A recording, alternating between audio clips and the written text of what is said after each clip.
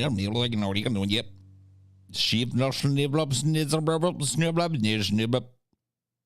What's going on, everybody?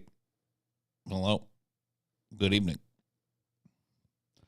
How's it going? Monitoring the early chat, I've already seen two people talking about a subject that I'm not interested in, dude.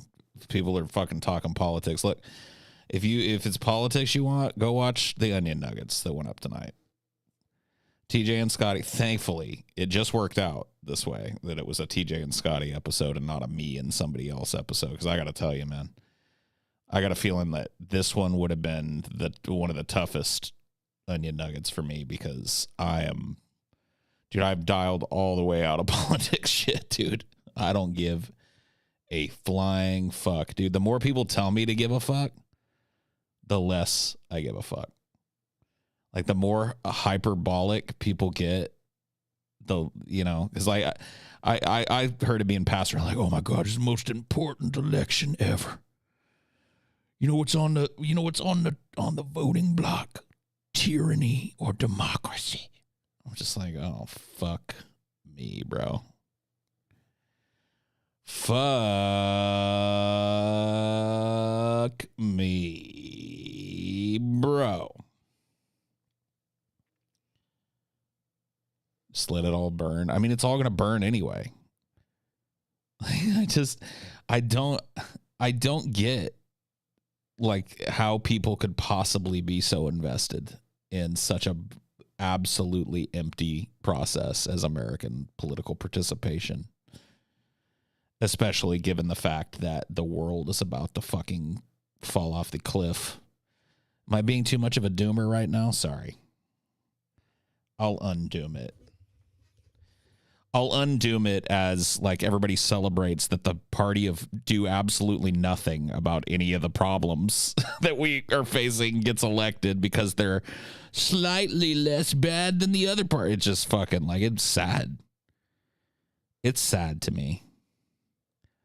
Like, I gotta be honest with you. It's sad to me that people will celebrate the election of corporate Democrats. You know what I mean? They're just going to continue wiping their ass with the world, continue funding wars and participating in wars and fanning the flames of war all over the fucking world. They're going to continue wiping their ass with the environment.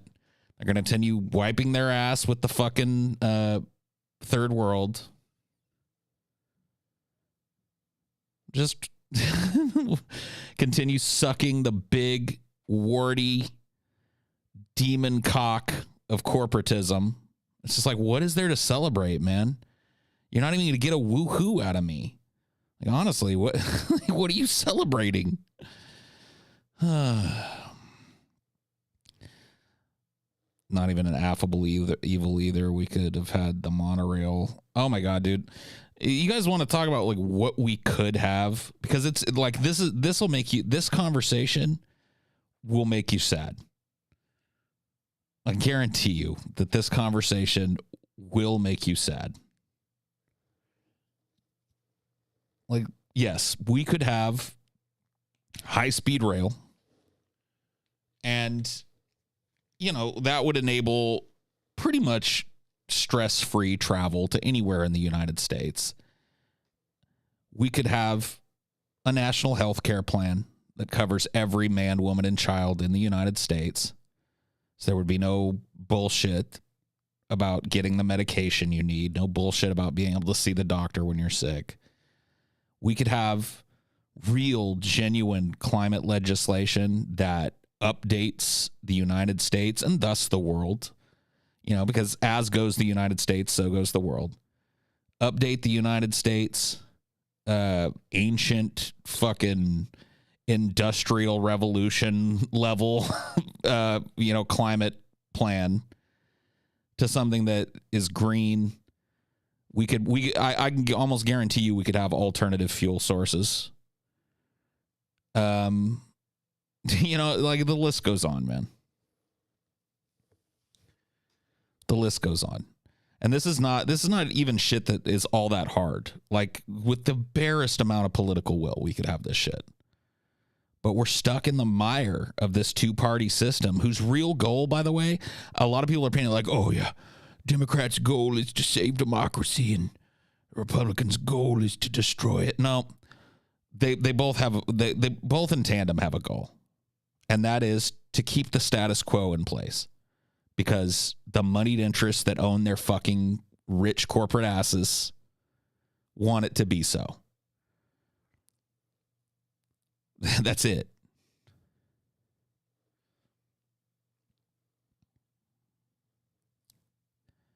Remember when the military spent millions on an app that pointed from left to right? No, but that sounds like something they would do. That sounds like something. That sounds like something that would happen. Yes. Class reductionist, Paul. I mean, I'm sorry, dude. Call me what you want. Like, I get you're not actually calling me that, but I mean, whatever. Like, I guess I'm a class reductionist then. I guess I'm more interested in what's best for the middle and lower class, not just in America, but in the world, than I am with what's best for corporate interest.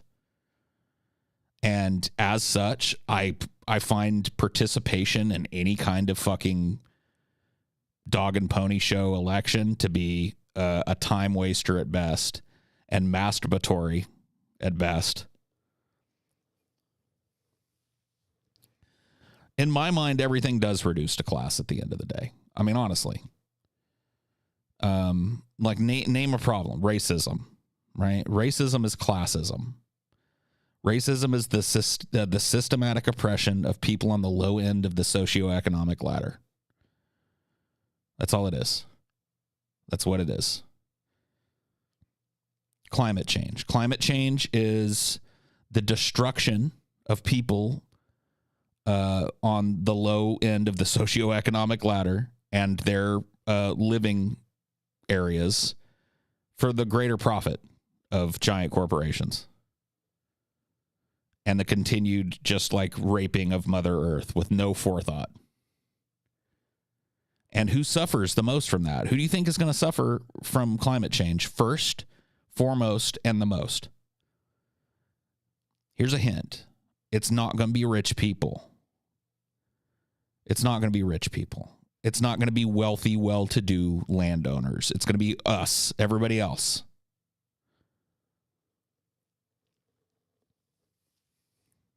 What is war? War is the use of people on the low end of the socioeconomic spectrum to fight pointlessly against other people on the low end of the economic spectrum for the benefit of corporations, for the benefit of corporate interest and nationalistic interest. That's all.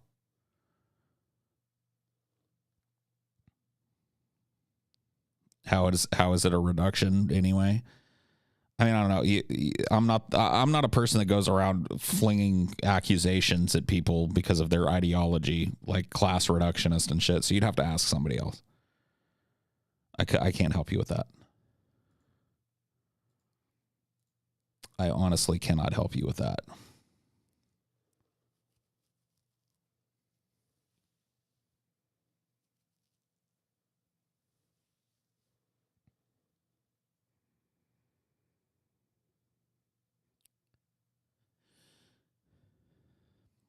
Take a shot every time Paul quotes Eisenhower. I mean, yeah, for sure. You'd be drunk already. There are hella countries in Southeast Asia that have cities with millions of people that are sinking because of climate change. In Indonesia, they may have to move tens of millions. I mean, this story is no corner of the globe will be untouched by stories like that. Huge swaths of the North American continent are going to be uninhabitable. Like, we're talking coastal areas and desert areas. They're going to be functionally uninhabitable for human beings.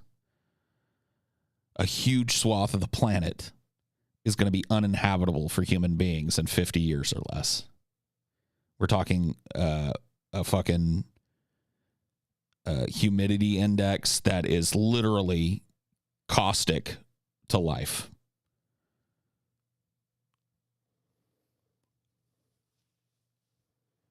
Yeah. Move to Miami. Yeah, please do. All of you move to Miami.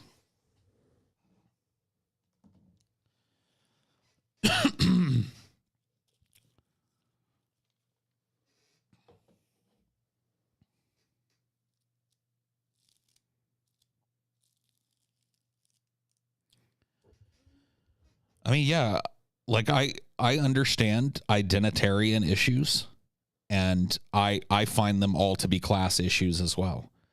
If you look, there is an almost direct line between class and gender, class and sexual orientation.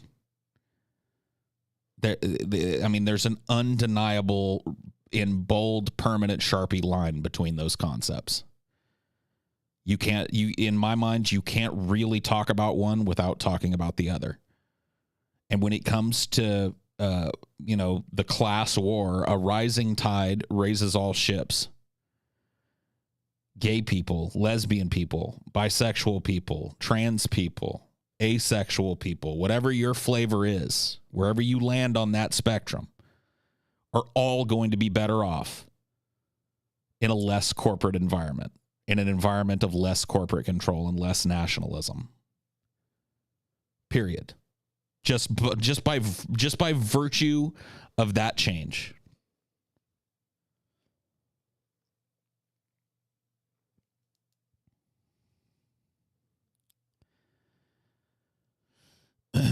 Climate stuff, fun time ahead for all. Humanity is a complex cancer that will burn itself out by the worst from top to bottom. I don't think it'll be from top to bottom, buddy. That's the only place where we disagree. It ain't going to be top to bottom. It's going to be bottom to top. We're all going to burn before Nancy Pelosi and her ilk burn. We're all going to burn before Warren Buffett. We're all going to burn before Elon Musk and his family. Because when push comes to shove, those people will have access to the resources that they need to be safe and to extend their comfort and their lifestyle, whereas you will be left tits up. You will be left floating tits up in a disgusting, pestilential swamp with nobody to fucking help you.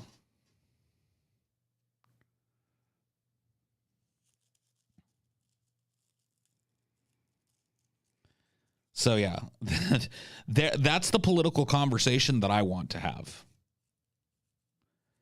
And that seems to be the political conversation that everybody finds this to be passé now.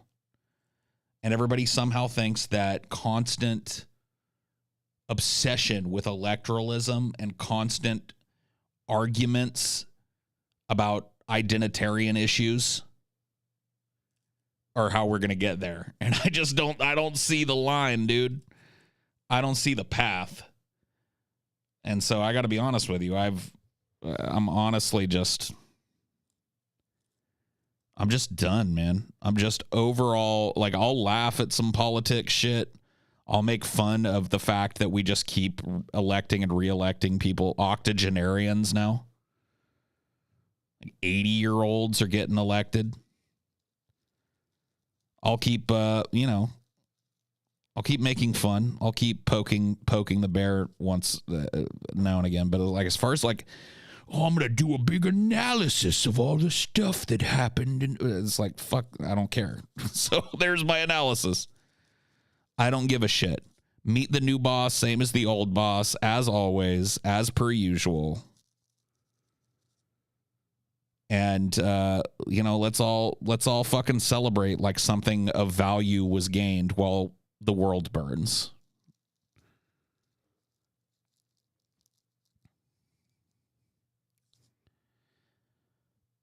Intellectual trench warfare perhaps gets the brain going without doing anything. I mean, it doesn't even really get the brain going. Not for most people. Maybe for some people, but not for most.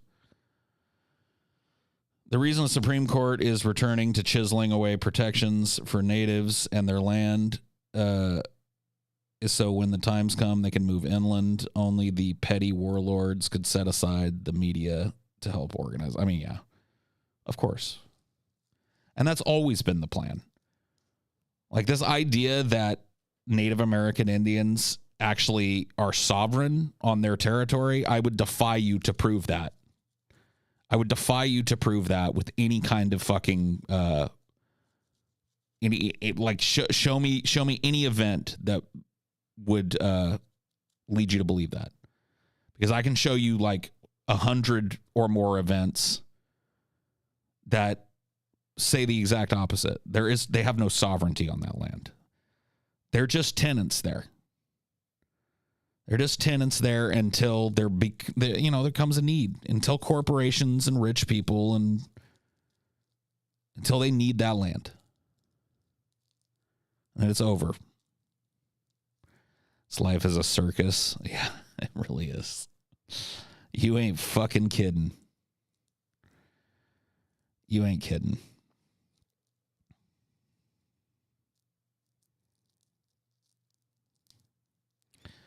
Yeah, I mean, until there's a need for an oil pipeline, till there's a need for, land in a temperate environment for rich folks to buy up and rent to everybody else and hoard for themselves.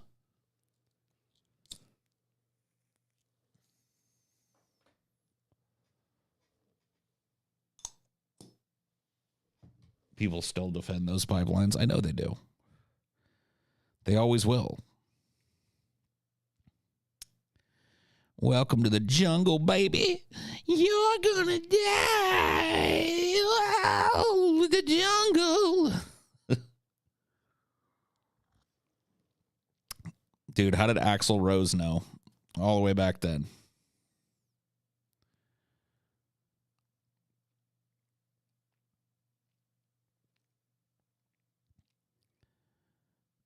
At least nuclear will save us. Yeah, dude. Nuclear is coming to save the day.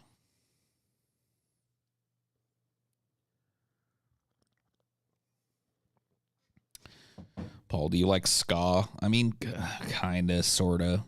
I grew up during, the last time that ska was really popular. And so, there's a lot of ska mixed into my childhood music, but I wouldn't call myself any kind of big ska fan.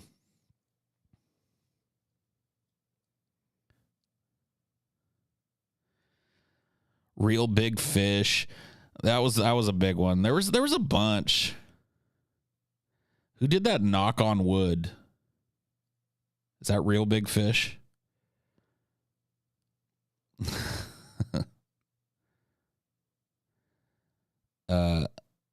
I'm at least finding a small bit of amusement in TJ's Tim Pool reverse oracle theory. I haven't heard it yet.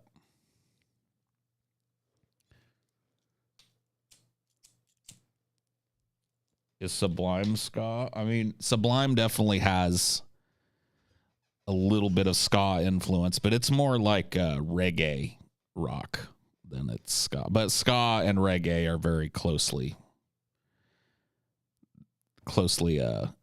aligned.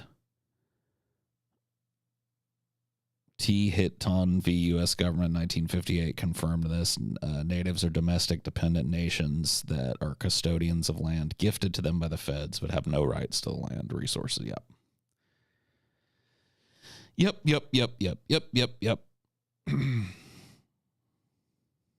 Custodians, yeah. Janitors. Gifted, yeah. How nice of us to gift their own land to them. How nice. How nice of us to provide the gift of a tiny portion of their own land while we just capitalize on the rest of it and continue to capitalize on their land whenever we want as well. So it's not even really a gift. Like, could you call something a gift if you show up, twice a week and wipe your ass all over it, I really don't think that's a gift.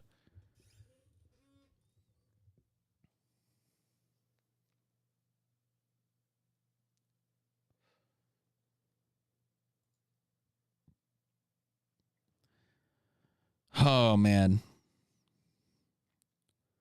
This dystopia is real. It's real. And I'm just done, man. When it comes to trying to not only do analysis myself or whatever of mainstream politics, but like interacting or debating with people about mainstream political figures and shit. Like I just like I've lost the will to do it. I don't care anymore.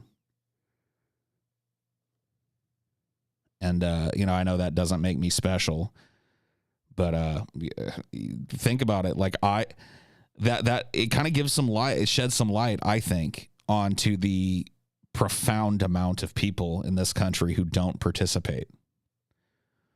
For the longest time, non-participants in the dog and pony show of quote, end quote, democracy here in the United States have been maligned as just lazy or too stupid. What if it's the other way around? What if there's a good, 60% of people or whatever it is who just see the writing on the wall? Anytime I've talked to like an oldster that doesn't vote, they say the same shit. They're all crooks. And if that's not a simplistic way of saying everything that I've been saying since the beginning of this stream and since the beginning of fucking time, I don't know what is. Like, they're absolutely correct. If you talk to a person and they say, I don't vote, and you go, why not? They're all fucking crooks. It doesn't matter. It doesn't matter which way the wind blows. We, and by we mean people on the fucking low end of the economic spectrum, we get fucked. Over and out.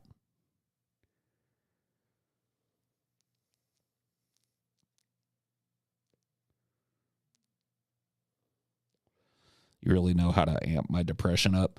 See, I got to tell you, man, it's like silently capitulating to this that amps my depression up, honestly. Like talking about it, doing these shows and stuff, it relieves my depression because at least there it is. At least there's the problem in a tangible way. We can all lay our hands on it. We can all lay our eyes and ears on it. And it's not like this monster lurking in the closet for the few minutes that I do these. You know what I mean? Whereas the rest of the time, yeah, you're just trying to go through your life, snatch what little bit of fucking joy you can out of it, and ignore what's going on to the best of your ability. And I hate to tell this to political wonks, but part of ignoring material reality is diving face first into politics. Like that's a profound waste of time. Yeah. Just like speak it into existence, Speak the words.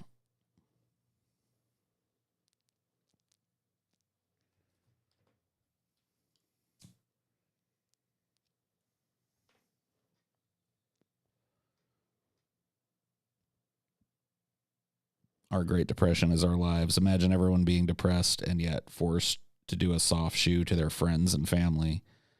The normies get to experience it like the rest of us for once. The normies are part of it. Like, they're not that much different than us. They just have a different coping mechanism. That's all. Like, people that are political wonks, their coping mechanism is, well, maybe this will solve it. Maybe if I just throw all my care and all my analytical skill at the obvious false dichotomy of American politics, then that's going to fix this. And I don't know, man. I can't do that. But I cope differently. I have a different coping mechanism for it.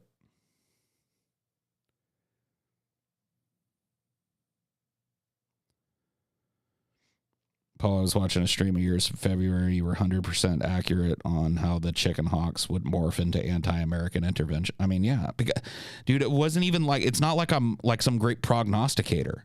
I just know that shit's going to happen because I've seen it happen 15 fucking times in my adult life. At least.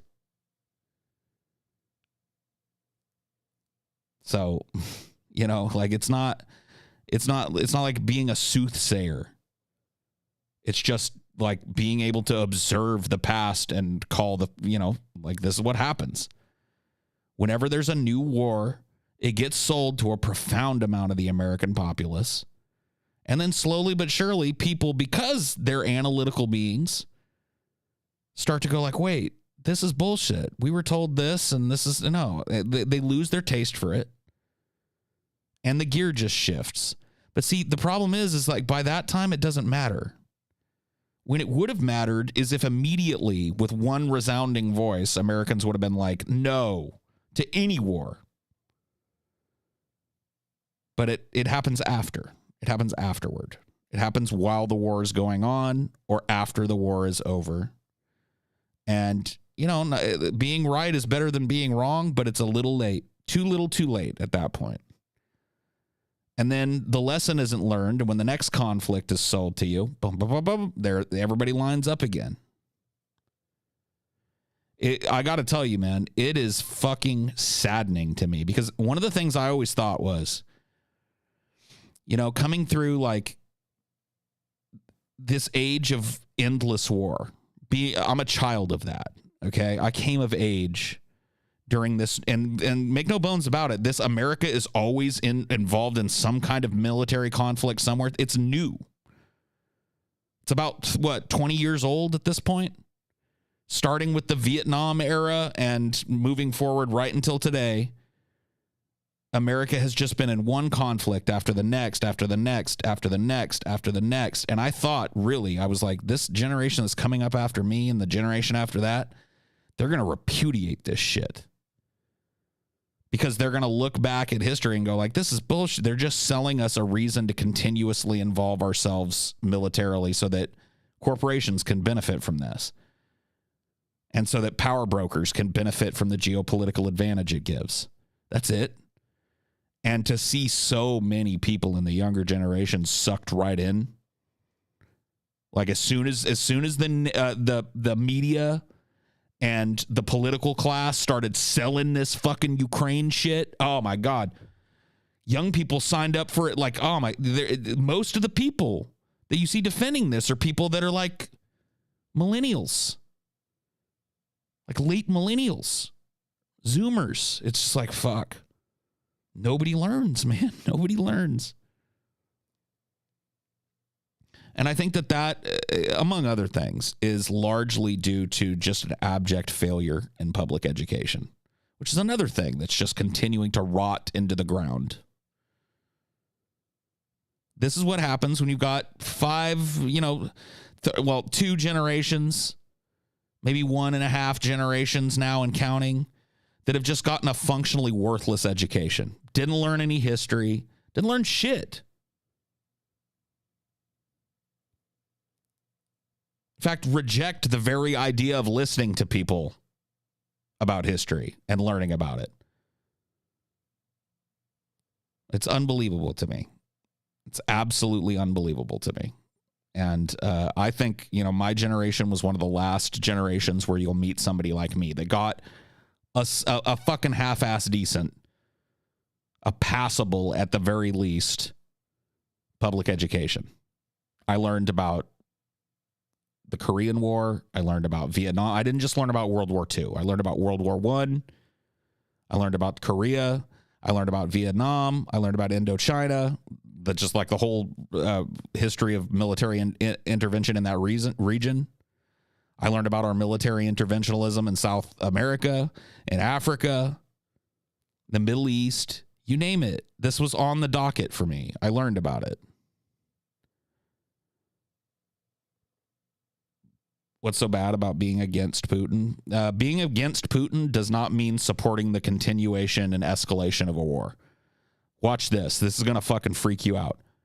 I think Putin is a warmongering, bloodthirsty piece of shit. I think he couldn't have been more wrong than he was when he invaded Ukraine. And I don't support Americans dropping a bunch of fucking weapons on it. Look at that. Isn't that crazy?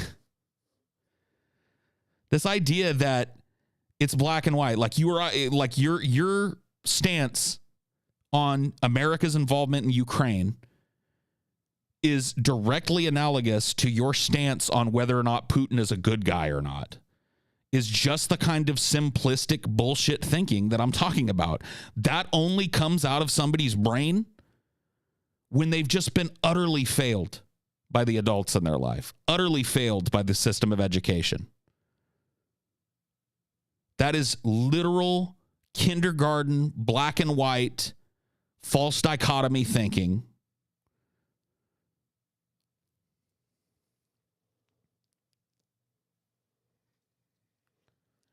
Absolutely. Yeah, slip the premise by. The premise is it's your job to pass judgment on Putin, and the slipping by is, do you support Ukraine or not? As if those two things are somehow fucking melded. Like you can't have a nuanced position on both. No, it's utterly tragic. I got to be honest with you. That's one of the reasons why I fought and argued so hard, starting a couple of years ago with this politics shit. And it's also part of the reason why I burnt out. I gave up, y'all. I gave up. Like I got, you know what? I got the message. I didn't change my position, but I got the message. Anybody that's not willing to go along with whatever the fucking status quo is a fucking moron idiot. You don't want to hear them. They're unhinged. They lost the plot. Whatever little fucking term that you've been told by your fucking betters to use. I'm that. I'm just tired of I'm tired of arguing the point, man. Like I'll rant about shit like this, but when it comes down to like fucking, I really don't care anymore, guys. I really honestly don't. I mean, I do. From a selfish perspective, I would rather not have to deal with what's coming. I would rather not have my nieces, my nephews, young people that I personally, like from a selfish perspective, I care about this shit. Obviously, I wouldn't be talking about it. But what I don't care about anymore is arguing with people about it. I don't. And hearing other people's arguments. I just don't care anymore. I know how to inform myself.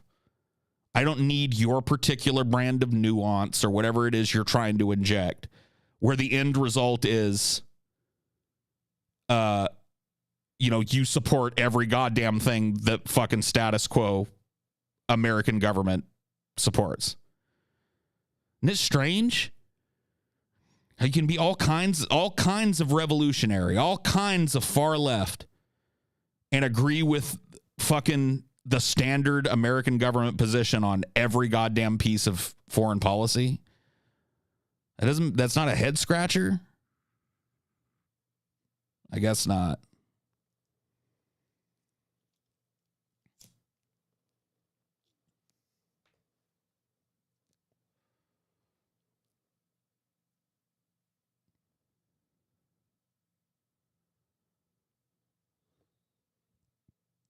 I respectfully disagree with you about sending them weapons. Fascists like Putin have to be taught a lesson that you cannot. See, this is what I'm talking about. It's easy for you to say that, but you know how that lesson is taught? With the blood of poor people. So what you're doing from your comfy little fucking position in the West is going like, oh, yes, it's okay for Russian peasants and Ukrainian peasants to be forced to fight one another and to escalate that.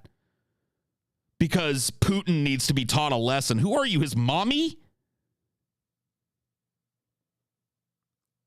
Where do you fucking feel like you get off prescribing the death and dismemberment of poor people to teach Putin a lesson? What a glib fucking piece of shit thing to say.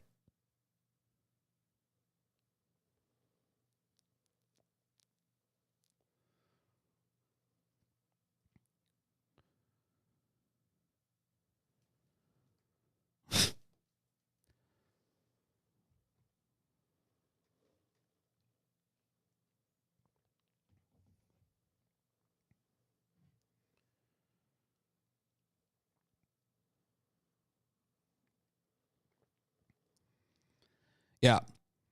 It's fine. It's fine when it's half a world away. Everybody wants to armchair quarterback a fucking conflict. Do you know what's at the end of that? Death, dismemberment, ruination, psychologically, physically, emotionally ruined people. and they're all poor.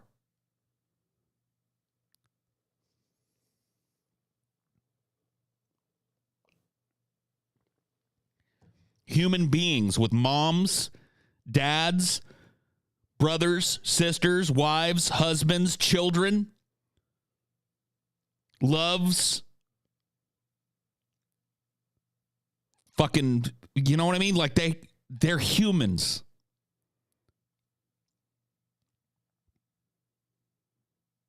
They're humans. On both sides of this conflict, human beings are being used as pawns. So when you talk about teaching Putin a lesson, you're talking about guts and blood, slit throats and missing limbs. You're talking about agony and despair and horrible, horrible, lonesome death.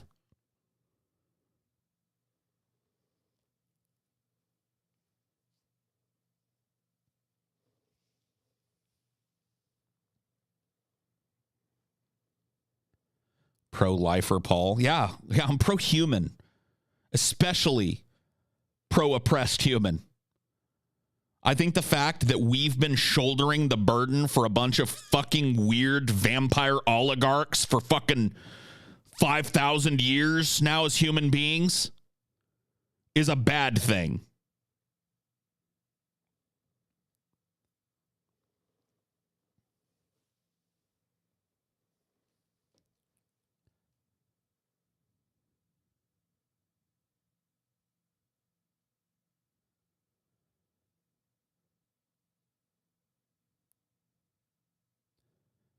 Yeah. Well, it is over here. It's a game. Over here, just look at it. People treat it like a spectator sport. It fucking makes me sick. It's like, oh, I'm going to watch my favorite political streamer dismantle this other political streamer. And then there's people on the other side doing that. It's just like a football game to you people. There are body parts laying on the fucking battlefield. People with no eyeballs. People that will never hear another word. People that are disfigured. And those are the lucky ones. The unlucky are laid in a fucking pit filled with lime and have a fucking bulldozer push shit over them. That's where the unlucky end up. The lucky people that you're discussing come home with lost limbs or lost mental fucking faculties. Lost fucking mental states. People just forget this, man.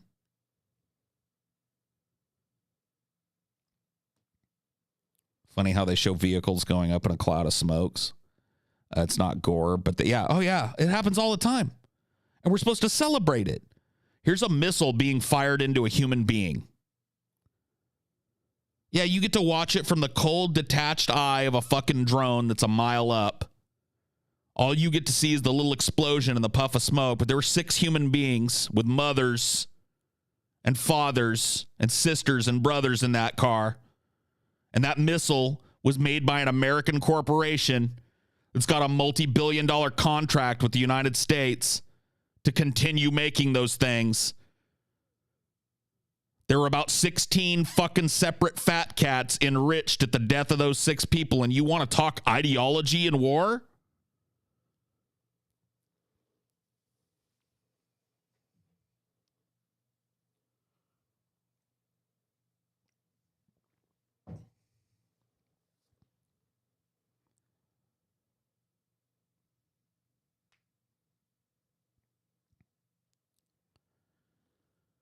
Whew. Lord have mercy.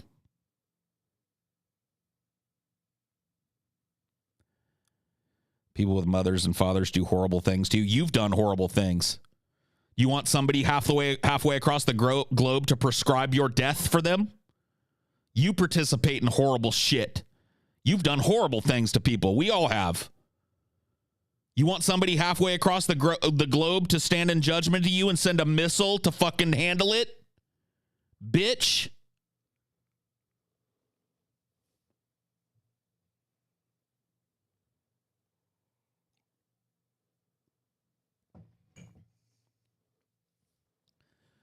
None of our hands are clean. The billionaire that owns fucking Raytheon has never fucking put a screw in a missile. He hires us to do it.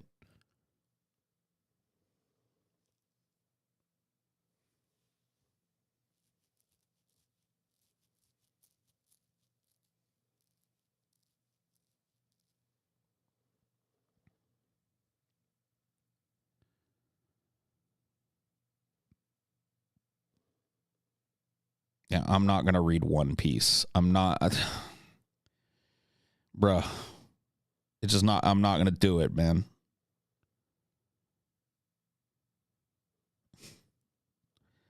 I love how this conversation nets me like a fucking a recommendation to read a manga.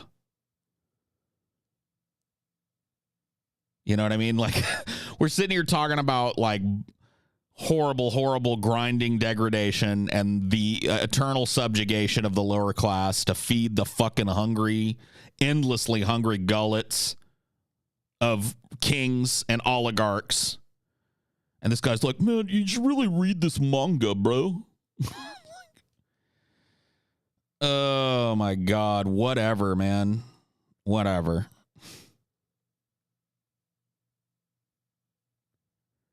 There's never a time to recommend a manga to me. You understand? Like, I'm not a guy that you've ever heard say the word manga till tonight. And there's a reason for that. I don't fucking care about them. So there's never, it's just pointless for you to recommend one to me because I'm just not going to read it. I just don't fucking understand sometimes, man. I just don't fucking, I feel so disconnected. You want to know another moment of disconnection? Listen to this. I was sitting outside smoking a cigarette today. I'm scrolling on my app, right? My YouTube app. And I see this video for whatever reason from somebody that I've never fucking seen or clicked on, recommended to me. And it's like, my first time watching Wizard of Oz. Or I watch Wizard of Oz. And then in big, stars, first time. And I'm like, okay, you know what? Maybe I'm missing something about this type of fucking content. Let me go check this out. And what is it? It's literally a broad, a dame sitting there going like, so, like, I remember, like, hearing about the Wizard of Oz when I was, like, younger. And by the way, the person who's talking about how they remember something from their younger, they look like they're 19 or 20 years old. You know what I mean? Like, it's like, yeah, it was so long ago, I can't remember, but I think I heard about the Wizard of Oz, but I never watched it. So I'm going to check it out. And then it's just fucking, it's literally just them giving the most baseline. It's like, if they're lying about having seen Wizard of Oz before, that they got to be some of the stupidest people in the world because they've got like kindergarten level Oh my God, it was in black and white and then it was in color. I really like that. Was interesting. I really like. Oh my God. Oh my God, the witch is scary. I mean, come on. Oh. I'm like, oh my God, fucking shoot me now, man. And I looked and there was like 24 million views on that video. I was like, fuck me. Teach Putin a lesson. Yes, let's send some more children into the charnel houses. Let's have a few more lights snuffed out in the dark and cold. What is the material cost of a human life? I mean, yeah, come on. What Zale said, what I said. Yeah, oh my God, look at all the little people dancing. Oh yeah. I really like Dorothy's hair. I think her hair is super cute. I like those bangs. She's got those cute bangs. Oh my God, I am here for those shoes. Oh my God, I'm here for the ruby slippers, y'all. It's just like, fuck me. 24 million views. Nothing but positivity in the comments. We're doomed.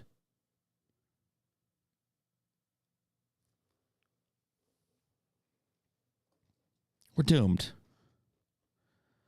My reaction to the first time listening to Pink Floyd. So what's up, y'all? Like, I've heard of this band, whatever, Pink Floyd. Like, I think my dad used to listen to them or something, but I never really listened. And so what I'm going to do is I'm going to go and I'm going to listen to some Pink Floyd, and I'll come back and I'll give you my reaction.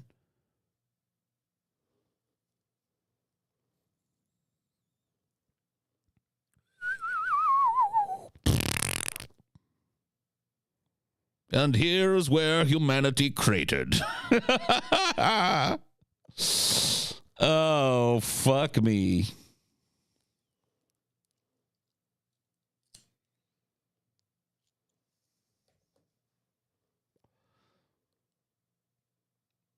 Like, I'm fine with, like, a movie review is a movie reaction, but it's like you're going deeper than the surface level of the movie. This is not the, I watched this movie for the first time and I'm just going to give you my raw reaction. This is like, okay, I thought about this movie as I've thought about a lot of other movies. And here are the observations that I have about the way this movie is made, what I liked and disliked about it. You know, what it made me feel, if anything, how I like the components of it. Now, there's like a level of structure and thus worth to it, because some thought went into it. It wasn't just like the first fucking queef that your brain pulled out. You know what I mean? Like, and that's what's monetizable these days. Queef brain shit. Brain queefs. You know, just like the first dumbass fucking ape thought that goes through your head. It's like, well,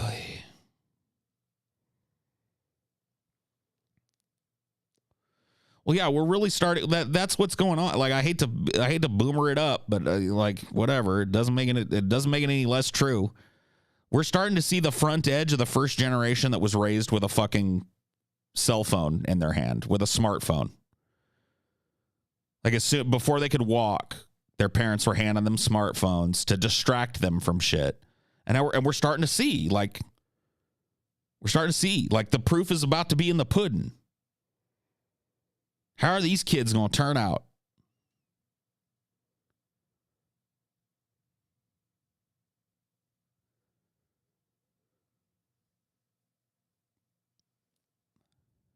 The 5 stages of queef, right? Right?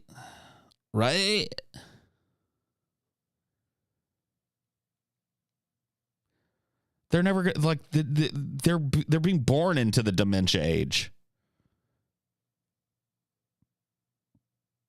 Yeah, your generation is a bunch of winners. I didn't say that. I'm not trying to, like, see, this is the thing. You guys get all defensive about it too. Like, I'm sorry. Like, I didn't say my generation's a bunch of fucking assholes too. But, you know, we like went outside, learned how to talk to people and stuff. You know, like, we didn't have an entire like life online that was more important than our personal interactions and shit. Like, that wasn't a thing. You guys got that. So if you think that we're the same because of those differences, you're wrong. And we touched grass every once in a while, you know? Like, I got grass stains on my jeans probably every day of my life up until, I don't know, 14, 15 years old. I'd come home with my knees all grass stained, and my mom would fucking chide me because she had to use the special non-bleaching Clorox or whatever to get it out. No. Gen X and elder millennials, no, not goated. Not goated. Not goated. Some of the stupidest, most vapid fucking shit came out of my generation. And it really was like, it's not like every generation is just some kind of out of nowhere. Like, the things that I disagree with in late term millennials and Zoomers, like the shit that I'm worried about for their generation, it was all set up by mine. My generation fucking paved the road, lubed the asshole. You know what I mean? My generation fucking grabbed a fucking tube of Astroglide and just greased it all the way up. You know what I mean? I can't in good conscience. say something like, oh, my generation was fucking great, bro. I'm just saying, like, and I say it less as a, ha ha, my generation was better, and more of a, like, look at what you lost. That's why I talk about some of the shit that I see that I had happen to me that I just don't think happens all that often anymore. Like getting a good public education. Having, like, I probably had 6 teachers that I would describe as really great. One teacher that I would describe as life-changing was like a mentor of mine. I talked to my nieces and nephews and shit. They don't have a single fucking good teacher. It's like, yeah, they teach with take-home packets and shit now. It's fucking garbage. I got a better education than you did. Under the same fucking system. That sucks. It's moving in the wrong direction.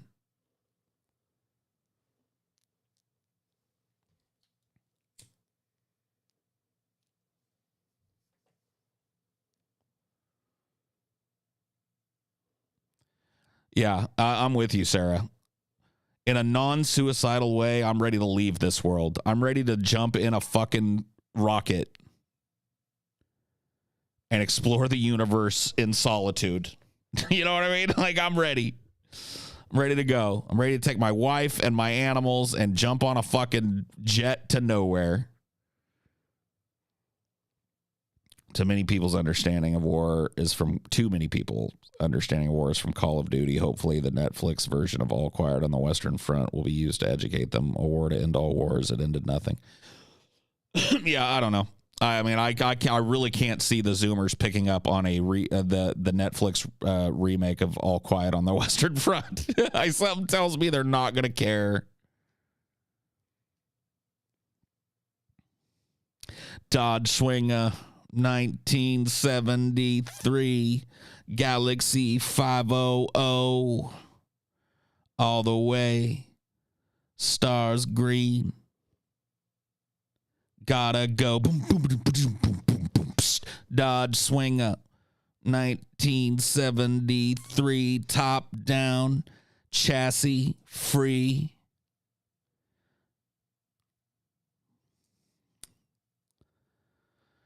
To be fair, would you have cared at their age? Would I have cared what?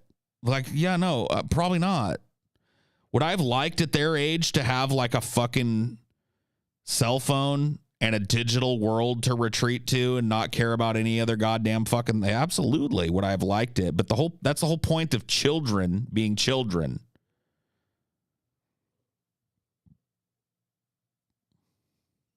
Right? That's why children aren't just like thrown out onto the streets at 1 year old. Yeah, they don't really know what's best for them. They need older people to guide them in the right direction. When those older people were guided in the wrong direction by people who were guided in the wrong direction by people who were guided in the wrong direction ad infinitum, you end up with a pretty fucked up generation of people and a fucked up trajectory for your society as well.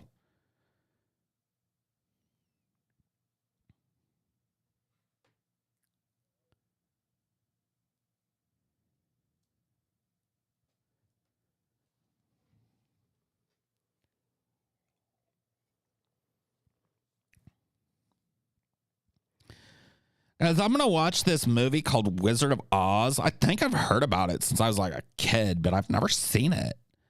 So I'm going to go ahead and pop it in and I'll tell you what I thought.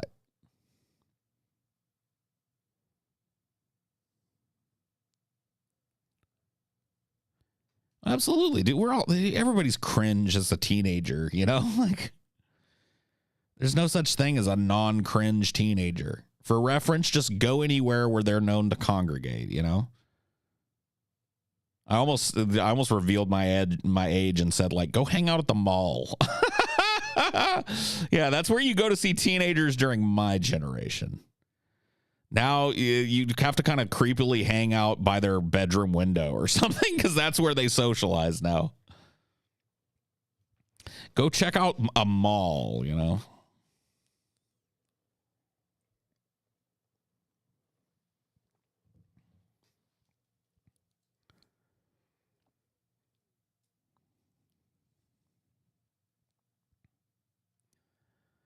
Seems to be a topic that is naturally coming up a lot more lately. Yeah, I know. I think that people kind of like there's people that want me to talk about this or whatever again, and it's fine. I get it. I do find it's becoming harder and harder for me to communicate with people that are younger. And I feel like it's really important to try and at least get some of what my ideology is. See, my ideology is not football politics, football American politics. It just isn't. But I feel like it's important to share that little piece of me, not just with young people, just with people in general. I think it's important for everybody to share that piece of them. That's how you find comrades, you know? That's how you find fellow travelers. And that's important. I really do. I think that's important. And I find it harder and harder to do.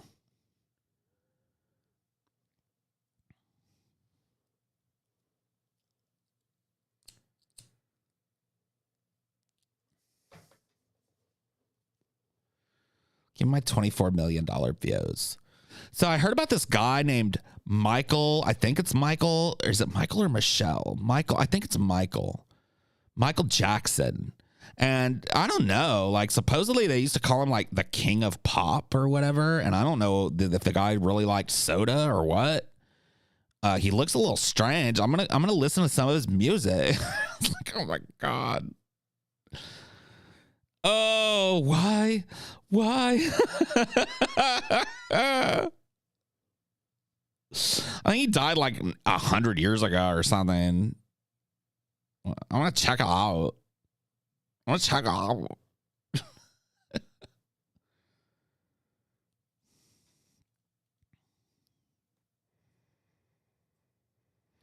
Yeah, so this white guy named Michael Jackson that, like, I saw some pictures of him and it looked like he was in blackface, so that is not cool.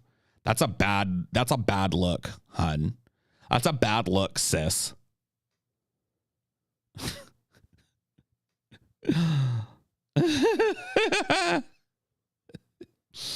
What the fuck, man?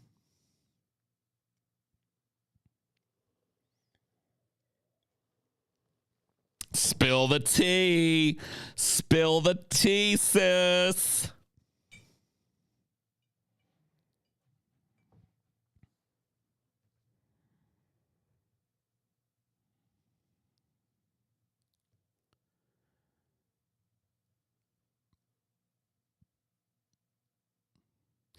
Anyway, there was this band named Nirvana.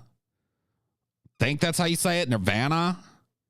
And, you know, like, I've heard people talk about him and stuff. And, like, I know, like, A$AP Rocky said that he likes it. So I've been meaning to check this band out.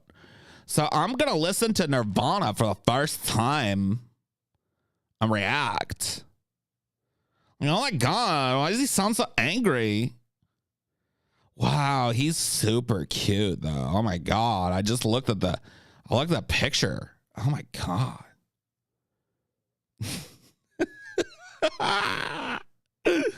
The Valley Girls have taken over. Dude, we had people just like this when I was a kid, but they were bubbleheads. Valley Girls. Valley people. Vals. That's what we used to call them. Oh my God.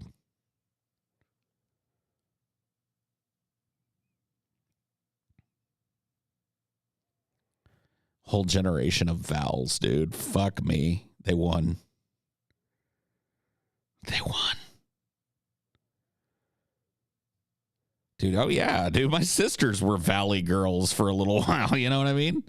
At a certain age, they all kind of are, I think, still to this day. But I think a lot of them are not coming out of it, though. There's no exit pattern. Sounds like Cobain's biggest nightmare. I don't know. I hate trying to like put what I think Cobain would think about this, that, or the other societal change. Like, I know one thing he would be super happy about. He would be super happy about better representation for people on the LGBTQIA plus spectrum. He would be all about that because he was all about that in life. He was a very, very early outspoken gay advocate, gay and lesbian and bisexual, advocate. So, I know I don't see any reason why that would have changed in him. But as far as like how he would react to how young people look at his music, who the fuck? He never got a chance to get old enough to reflect on that. He died at 27 years old. Like, you're not old enough to reflect on a life lived and look at the new generation and how he never got to see any of them. So I don't see how we could possibly know what he would think about them.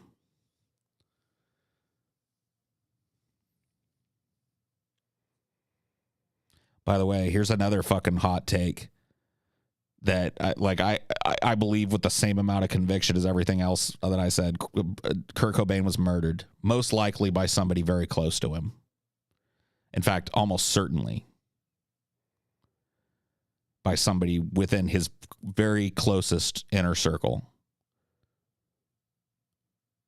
He straight up did not kill himself. Sorry.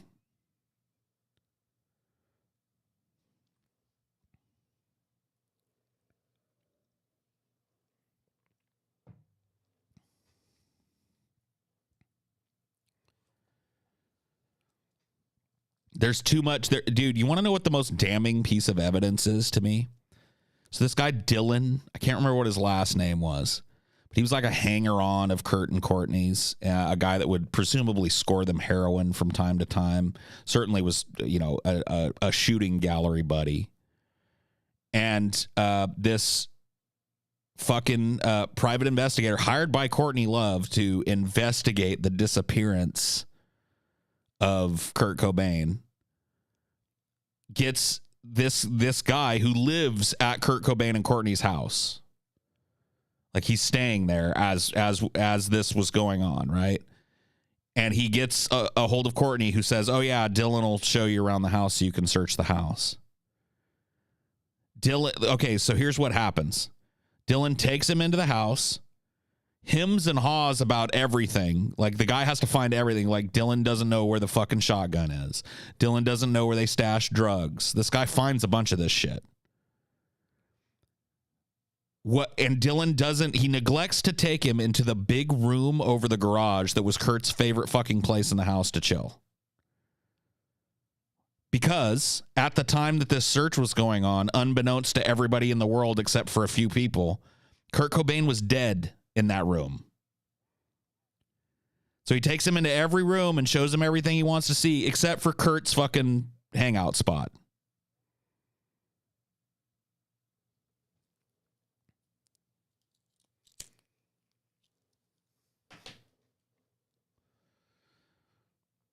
Well, here's the thing.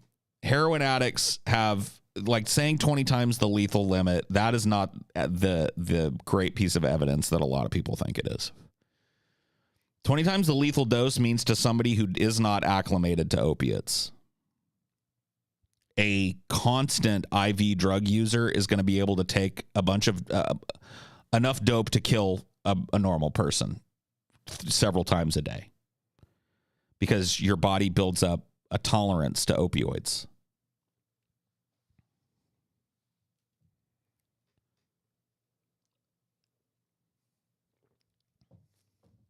Now, even given that Kurt Cobain was known to be a pretty heavy IV heroin user, he had an incredibly high dose of heroin in his system. So even taking into account his increased, he had a giant shot of dope. That doesn't necessarily prove that somebody put it in him, but it does it muddies the waters, because as it turns out, the way that Kurt decided to kill himself was surprisingly technical.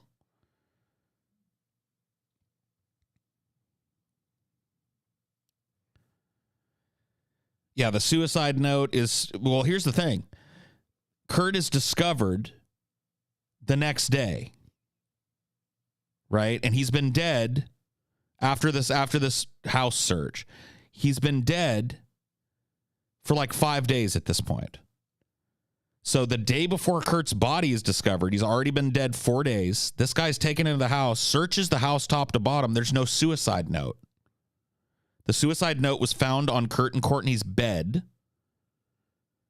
And that room was thoroughly searched by the private investigator she hired to look for Kurt. And all he found was some like ketamine. So if by the pathologist's report, Kurt had been dead 4 days at that point, why did this PI not find the suicide note? How could it be possible that Kurt's been dead for 4 days and decided to kill himself, but then what? He came back to life and wrote a suicide note, or forgot like, oh shit, I wanted to put this on the bed and walked in?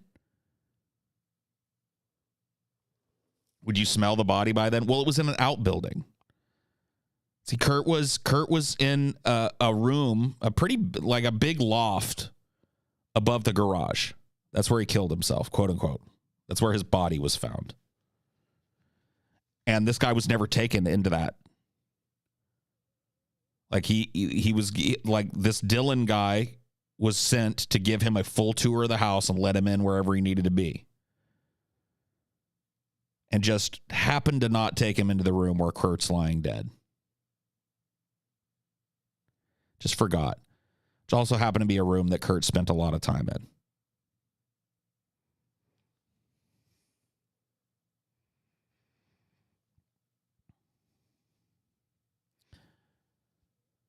Why do you think he was killed? I'm explaining it to you. There's parts about the story that just don't add up.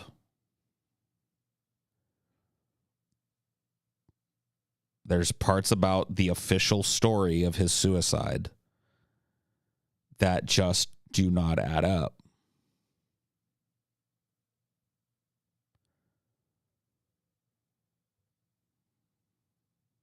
Who do you think killed him? Like I said at the beginning of this rant, I'm not gonna say for sure it was any one person, but it had to be people that were very close to him. Like very close. He wasn't just rando murdered and then the dude went back and tried to make it look like a suicide or something. It was not like a burglary or whatever the fuck where there's any kind of separation. Like if Kurt Cobain was killed, given what we know about how his body was found and the circumstances of his death, he was killed by somebody close. Had to be like a friend or a relative or, whatever. A very close confidant. Let's put it that way. Are you sure all that's true? I mean, no. The testimony of the private eye, am I sure he's not just making up wild, fantastic fucking lies or whatever? No.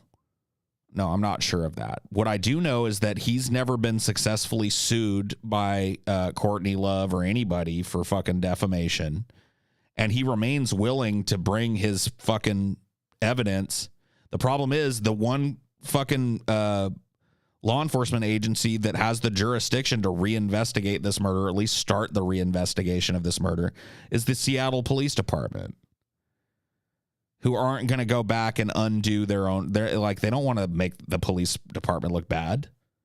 They have no impetus to go and look any deeper into the death of Kurt Cobain.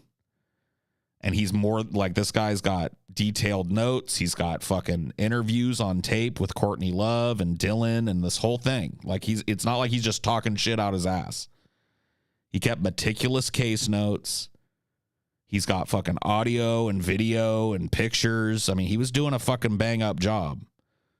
So yeah, but is it possible he's crafted a narrative? Yes. Is it possible that Kurt Cobain was murdered? Yes. I happen to lean on one side of that argument because I don't think Kurt Cobain killed himself. And this is not something that I always felt. I was a huge fan of Nirvana, like everybody my age was. I mean, they were, our generational band.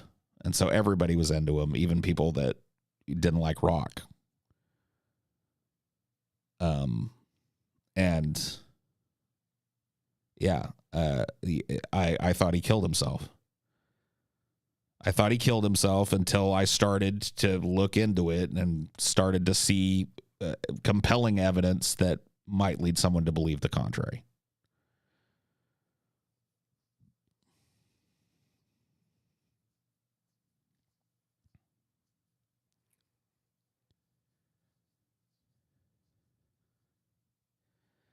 There's that dude, like, and this is like, whatever, you say what you want. There was this guy he was in this like S&M rock band. What was it called? The Mothers? I think it was called The Mothers. His name was Il Duce. And he was, just like a dude. He told a documentarian that Courtney Love paid him X amount of dollars to kill Kurt Cobain. And then he was hit by a train like a week later. Quote, unquote, hit by a train. So now he was a big drunk idiot, so I'm not putting it past him to make that up. But it is slightly compelling that dude who was in his 50s just happened to fucking go dancing with a train a week after he tells everybody that Courtney Love paid him $5,000 or whatever to cap Kurt Cobain. So, you know what I mean? Like, there's just too many little suspicious circumstances. Yeah, he passed a polygraph. Not that is proof of anything. You can't really polygraph sociopaths and psychopaths and shit.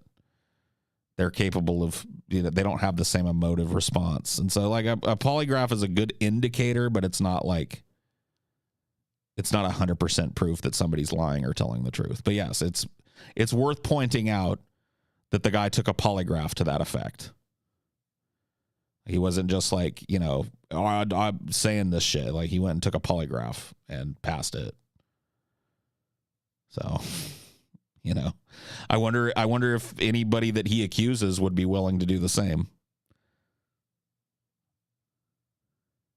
Why did they kill him? I mean, there was a huge, so what you're asking for is like, what's the motive, right? Well, if it was somebody close to Kurt, his money, right? Kurt Cobain was a multi-millionaire. He was the biggest rock star in the world. He had 2 of the biggest albums that had ever been fucking released in the history of rock. He had a fuck ton of money, and not just money in the moment. It's not like he just got paid a bunch to make those. He had money in perpetuity. Those albums are going to be in circulation and being monetized for the rest of modern history. Like, it's going to be 100 years, 200 years before those aren't worth something. So just an insane amount of royalty. You're like you have some limited level of control over that as a property. That's $1 billion enterprise. No shit.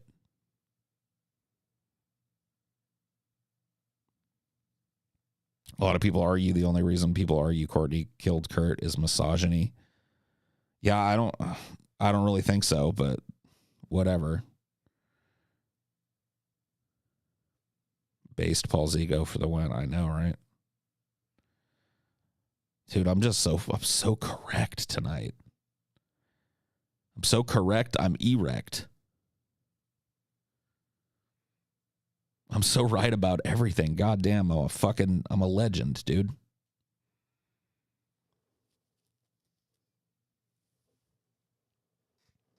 I'm 10 for 10.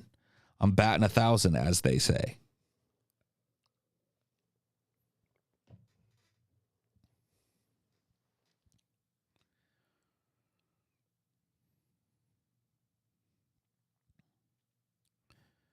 How much would somebody have to pay you to vote Bernie in the next primaries? I'm not, whatever. Probably not that much.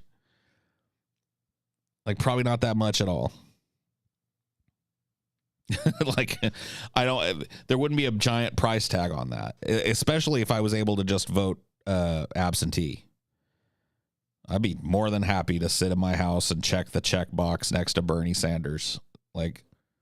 My argument is not don't do it. My argument is doing it is pointless.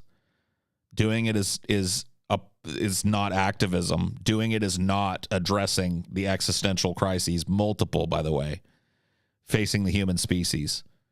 Within the next 20 to 50 years, the whole fucking world is about to change.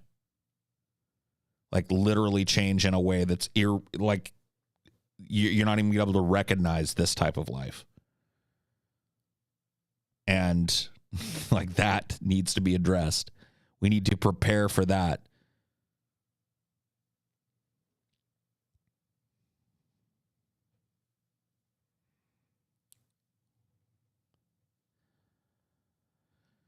If he was killed, I can see how it was staged as a suicide. The person or persons who did it knew everyone would believe a suicide because of what kind of person he was. Well, that is fucking lame. Because there are people that assumed because Kurt Cobain made hyper emotional music that oftentimes was very dreary and depressing and dark, that he himself was a suicidal depressive. And from all, the only person that seems to say that about him is his wife. His other, like his friends and shit, it's pretty unanimous. Like his friends were just like, no, he wasn't a suicidal guy. No, Kurt did not mope around and talk about killing himself all the fucking time. No, I did not see this coming. You know, so that may be just a misperception in general. That Kurt Cobain was just a naturally suicidal guy because he made dark stuff. It seems to be the other way around. Like, I don't claim to have known the guy, but if you listen to the people that did, they don't describe like a person who's just like a fucking second away from sticking a gun in their mouth. I mean, do you usually see it coming? A lot of times you do, yes. That's one of the sad legacies that a person that commits suicide leaves with the people that know them, is there's often huge red flags that they're throwing up. It is not uncommon for suicidal people to throw up multiple red flags, and then people are forced to live with the guilt of looking back at those red flags and realizing, like, I didn't do anything. Maybe I could have saved him. Maybe I could have saved them. So yeah, actually, you usually, like, maybe not, I don't know if it's usually, but it's not uncommon for people to see it coming.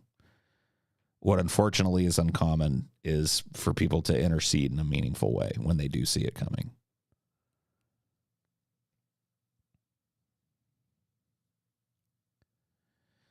And that's not true, John Doe. Nobody who is suicidal makes it obvious. That's just you have a profound misunderstanding of the psychology of suicidal people. Suicidal people often give multiple cries for help to their friends, families, coworkers. It's just that we as a society are bad at seeing them. Like, people are not trained to look out for it. People want to think, oh no, it wouldn't be, you know. He's just joking when he says he's going to kill himself all the fucking time. He's just joking when, you know, he self-harms. You know, that'll pass. Whatever.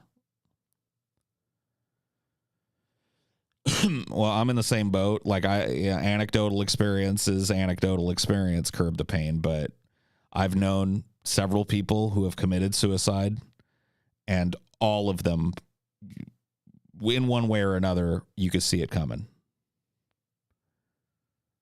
All of them threw up red flags. All of them.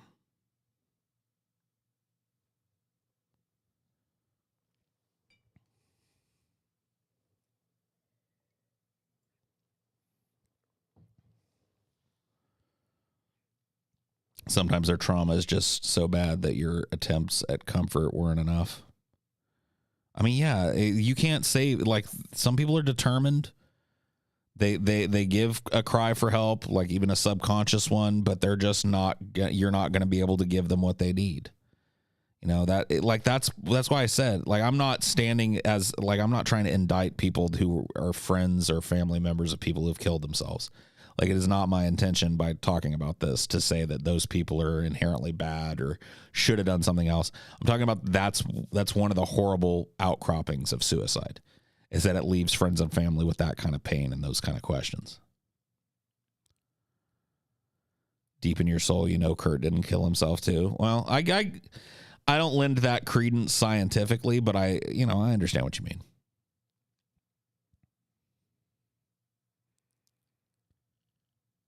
I feel kind of the same way. You know what I mean? Like, I just kind of, I don't know. And maybe that's bias. Maybe it's because I, like so many people from my generation, loved him. And it would be better in my mind that he didn't take his own life. It's almost better, it sucks. It's horrible.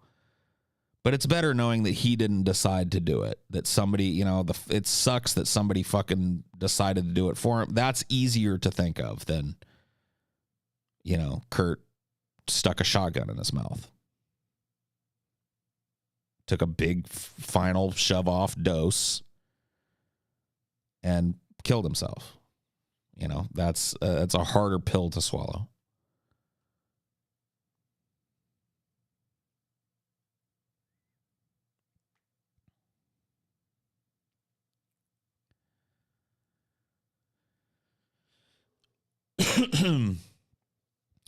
Yeah, I mean, there's the Littleton shoot. I mean, most of these mass shooters are people who, especially the ones that, like, their families knew.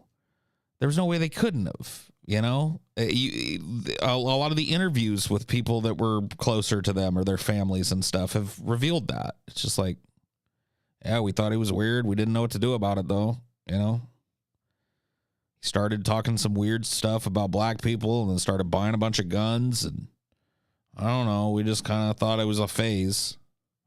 What?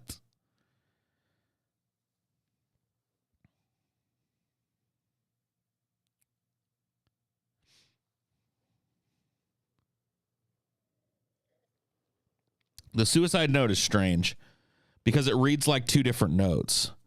So Kurt wrote a lot. As you can imagine, he wrote a lot of poetry, a lot of lyrics and shit, and he would kind of like scribble things here, there, and everywhere. And so it is very strange. In fact, I'll pull it up because Kurt Cobain's suicide note is, you can see pictures of it, and you can just see what I'm talking about. Kurt Cobain, we'll read it. Suicide note.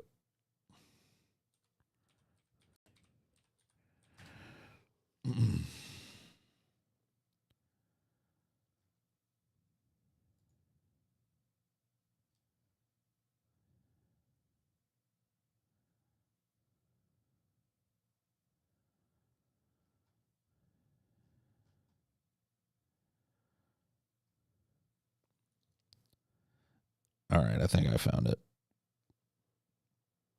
We'll let's see if we can take a look at it here.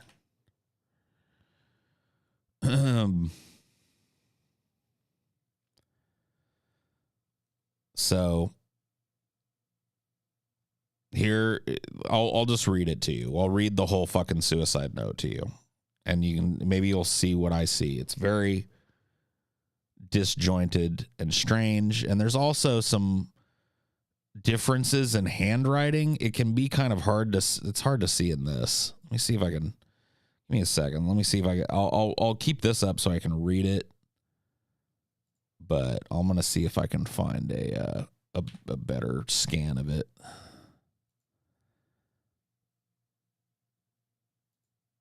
Yeah. That's not the whole thing though.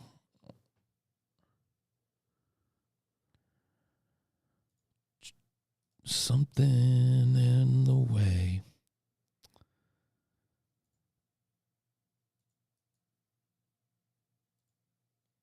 All right. Yeah.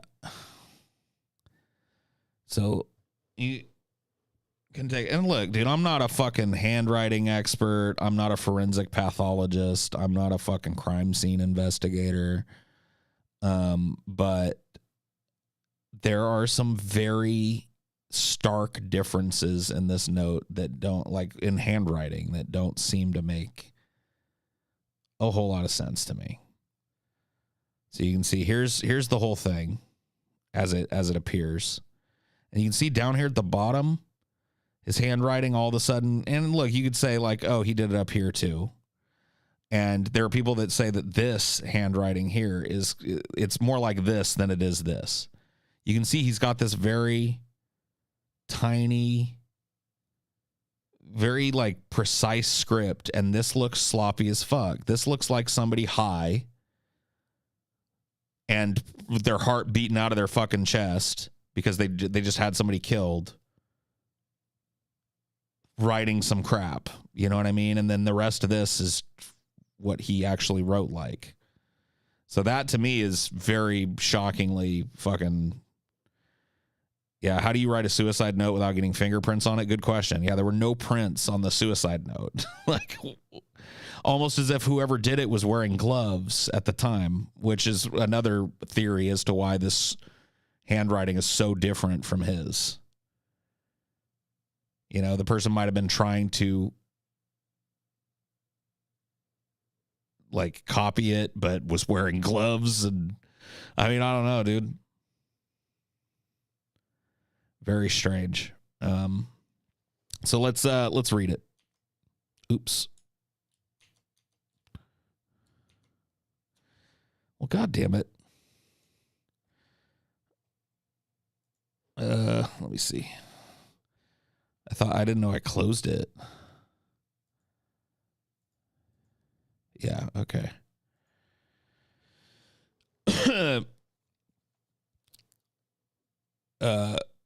To Bada, which was his like imaginary friend. So his suicide note is addressed to his imaginary friend. Speaking from the tongue of an experienced simpleton who obviously would rather be emasculated infantile complainee, this note should be pretty easy to understand. All the warnings from the Punk Rock 101 courses over the years, since my first introduction to the, shall we say, ethics involved with independence and the embracement of your community, has proven to be very true. I haven't felt the excitement of listening to as well as creating music along with reading and writing for too many years now. I feel guilty beyond words about these things. For example, when we were backstage and the lights go out and the manic roar of the crowd begins, it doesn't affect me the way it did for Freddie Mercury, who seemed to relish in the love and adoration from the crowd, which is something I totally admire and envy. The fact is, I can't fool you, any one of you. It simply isn't fair to you or me.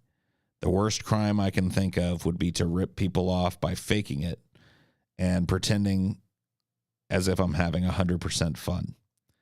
Sometimes I feel as if I should have a punch-in time clock before I walk out on stage. I've tried everything within my power to appreciate it, and I do. God, believe me, I do, but it's not enough. I appreciate the fact that I and we have affected and entertained a lot of people. I must be one of those narcissists who only appreciate things when they're gone. I'm too sensitive. I need to be slightly numb in order to regain the enthusiasms I once had as a child. On our last 3 tours, I've had a much better appreciation for all the people I've known personally and as fans of our music, but I still can't get over the frustration, the guilt, and empathy I have for everyone. There's good in all of us, and I think I simply love people too much, so much that it makes me feel too fucking sad. The sad little sensitive, unappreciative Pisces. Jesus, man. Why don't you just enjoy it? I don't know. I have a goddess of a wife who sweats ambition and empathy, and a daughter who reminds me too much of what I used to be, full of love and joy, kissing every person she meets because everyone is good and will do her no harm. And that terrifies me to the point I can barely function. I can't stand the thought of Francis becoming the miserable, self-destructive death rocker that I've become. I have it good, very good, and I'm grateful, but since the age of 7, I've become hateful towards all humans in general, only because it feels so easy, it seems so easy for people to get along that have empathy, only because I love and feel sorry for people too much, I guess. Thank you from the pit of my burning, nauseous stomach for your letters and concern during these past years. I'm too much of an erratic, moody baby. I don't have the passion anymore, and so remember, it's better to burn out than to fade away. Peace, love, empathy, Kurt Cobain. Francis and Courtney, I'll be at your altar. Please keep going, Courtney, for Francis, for her life, which will be so much happier without me. I love you. I love you. This last part is the part that people contend. This part and several little lines of this, there are people, there are contentions made about whether these were just parts of a different poem or different journal entry.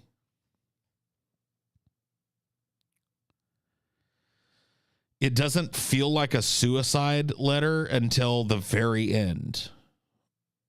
The rest of it just feels like maybe he's going to release this because he'd been in and out of fucking rehab and shit. Maybe he was going to release this to his fans as a way of saying, like, I'm quitting the music shit, or I'm taking a long break or whatever. I'm not doing it. It just sounds like he was burnt, which is a common thing amongst people that are in his position.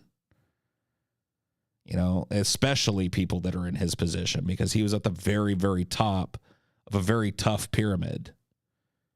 He was in Michael Jackson territory and shit, and the immense amount of pressure that's on a person that's in that to just repeat performance after performance after performance live in the studio. You're always writing. You've always got something new out. You're always out there boosting your profile.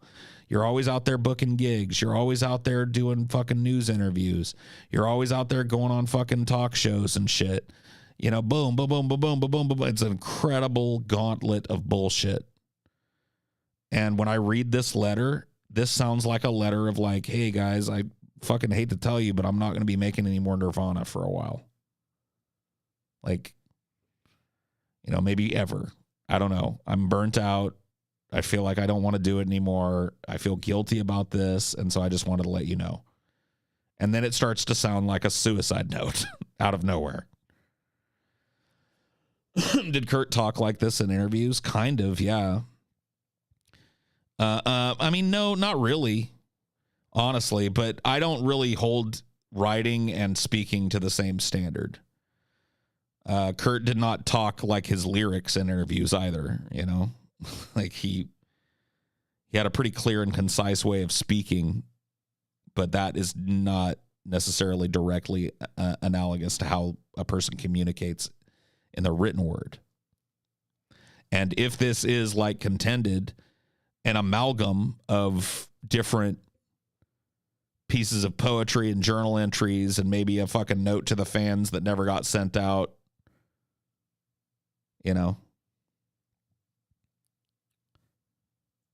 then it would stand to reason that it would be even more disjointed, which it is.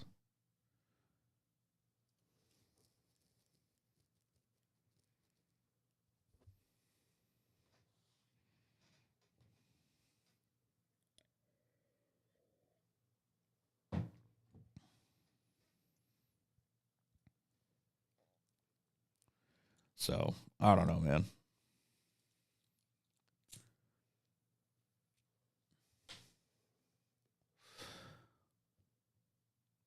It's been a long time since I read that note. And, dude, it just sucks every time I read it. Because, I don't know for a fucking fact that he was killed, but he's gone. You know what I mean? And I don't really contend that he wrote at least some of this note. And I think he probably felt that way. There was probably a part of him that was just disenchanted with what he was doing. He felt like a sellout, felt like a corporate whore or whatever, and he felt like he was plastering on a smile every time he went out and performed with gusto for people because he just didn't feel it. And, I can empathize, if not sympathize with that.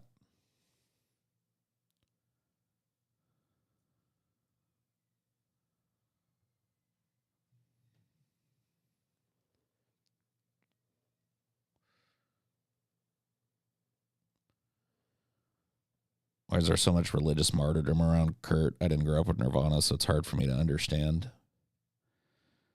I mean, it's hard for me to explain because I really genuinely feel like they don't make celebrities like they did when I was a kid. Celebrity meant something different in the pre-internet age. Let's put it that way.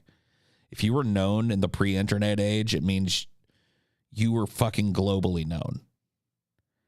Because everybody in the world only had 5 or 6 different fucking channels to pass around and shit. You know what I mean? Ultimately. And they all were covering the same shit. So it's like if you were known internationally, you were at the top of a very different pyramid. Like fame meant something different in the 90s and the 80s than it means now. It was harder to attain and it was harder to maintain.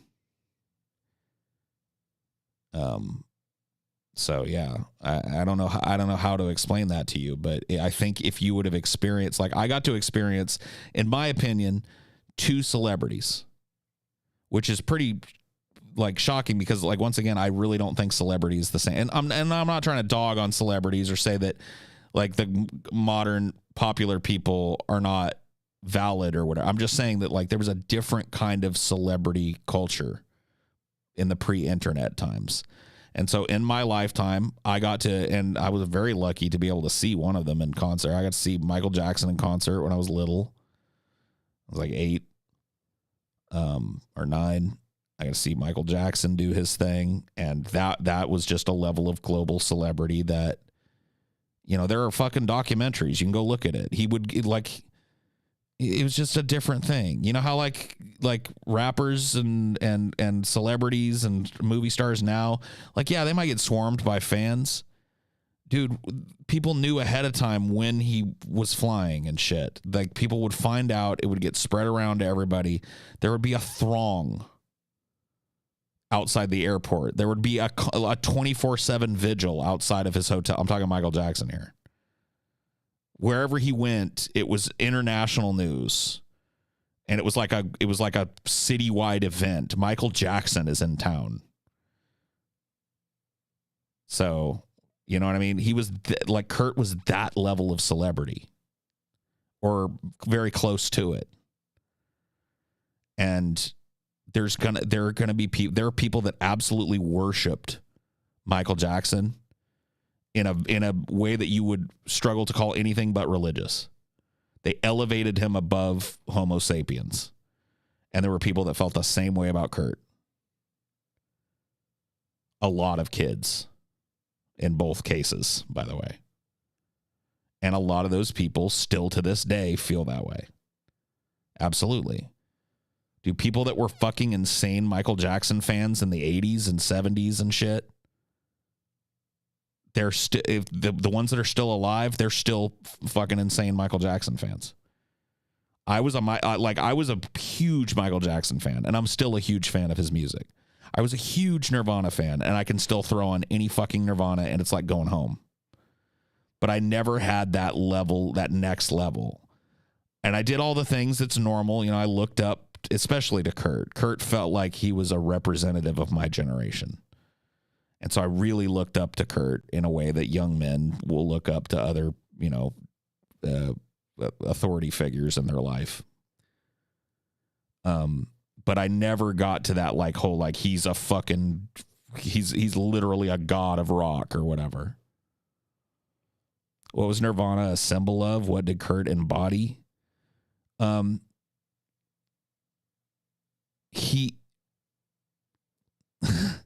It's hard to explain because you can hear a million different people say a million different things of what, like, here's the spirit that Nirvana embodied. And I don't know if I can explain it to you. Like, I'm trying to think not from that cultural zeitgeist, but from my own experience. Kurt was done. You know what I mean? He was like done with the way things were. He was done with his parents' ideology. He was just done with the way the world was being run. He was done with music. He was done with the whole fucking concept. He just felt like he embodied that rebellious nature that happened in Gen X and the early millennial, kind of time frame, where it was just like a huge disdain of authority figures, a growing sense of tragedy at how we treat one another, but like dealing with it with utter malaise. Like, rather than turning into a sobbing mess, just kind of nihilistically turning inward. Yeah. 90s blah. Yeah. Kind of the 90s. It's just, I don't know. I don't know how to put it. His music sounded like a lot of us felt. That's why he became so popular. There was an energy to it, but there was also just an absolute nihilism to it as well. Just a ultimate distrust in authority figures. The realization of like what being a sellout really means. The realization that corporations owned everything. We were just done. You know, we lived in the age of like, especially think about it, pre-internet, billboards and fucking stadiums being renamed from, you know, O'Shanahan Field to like Pepsi Dome or whatever the fuck. You know what I mean? Like, that shit started in our generation and elevated to a fever pitch. Just goddamn corporate branding slapped on everything. And Kurt felt like a rebellion. He didn't look like a fucking prim, proper, coiffed gentleman. He was attractive, but he didn't look like he was supposed to look for somebody in their 20s. In fact, he didn't look like anybody looked in their 20s. When he came out, he started the whole, arguably started the whole grunge movement in clothing. We're talking like, just the 90s teenager look, the flannel. You know what I mean? The Doc Marten boots. I didn't own any fucking boots like that until Kurt Cobain came out. The corduroy pants, the ripped sweatshirts and shit. I would have been caught dead before Nirvana came out dressing like that, you know? But the way he looked was like a rejection of the corporate idea of being fresh and clean and prim and proper. It's like, I'm fucking disgusting. My hair's matted and ratty. I'm wearing like a sweater that looks like it was a hand-me-down from my grandpa and it's just filled with moth holes. I'm wearing a baggy pair of fucking, like corduroy pants. Wearing some canvas sneakers. And that's it.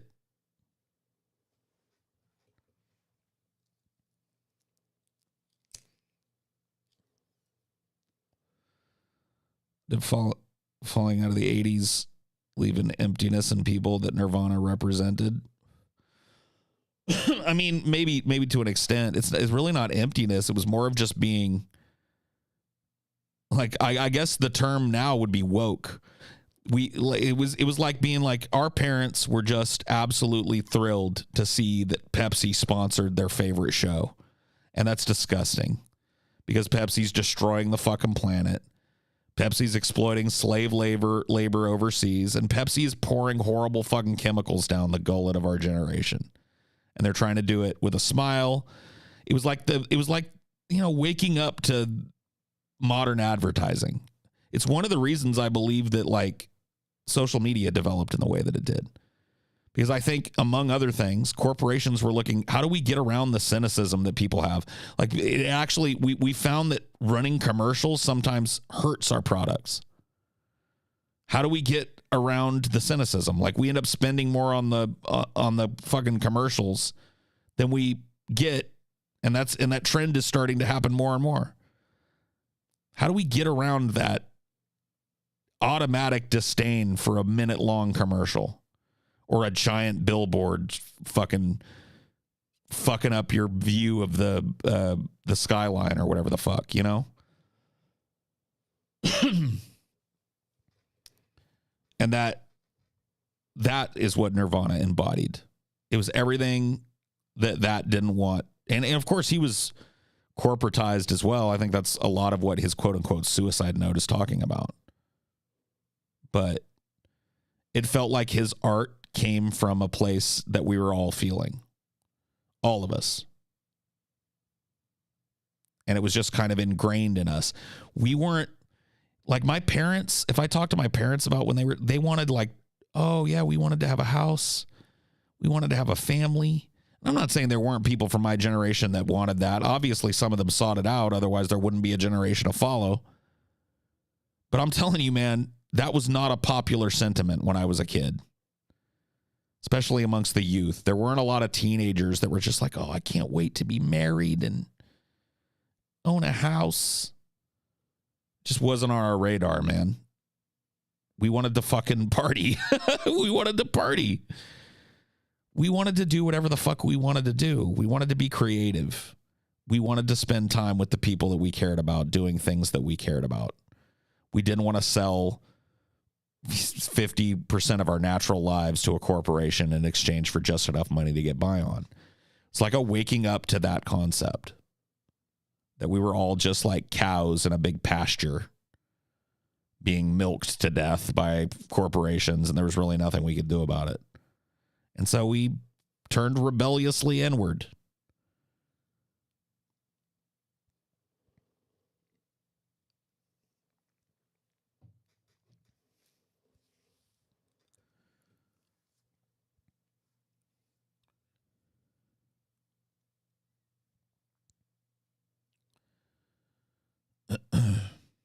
You're lucky to have grown up on Nirvana. I don't know.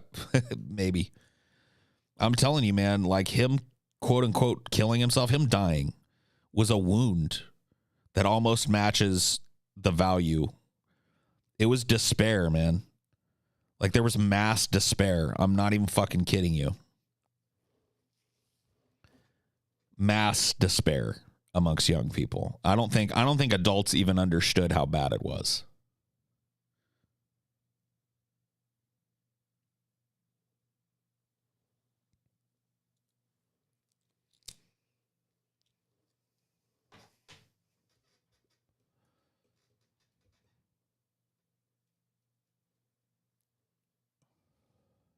You had Kurt Cobain, we have Lil Pump. I mean, you be fair to your generation. You've got better musicians than Lil Pump, you know.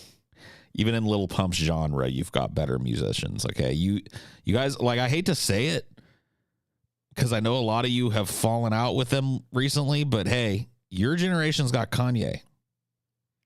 Kanye's a, you know, mid-millennial to fucking early Zoomer, you know what I mean? Like, he's your guy. And he's already had a more prolific career than our guy had, you know?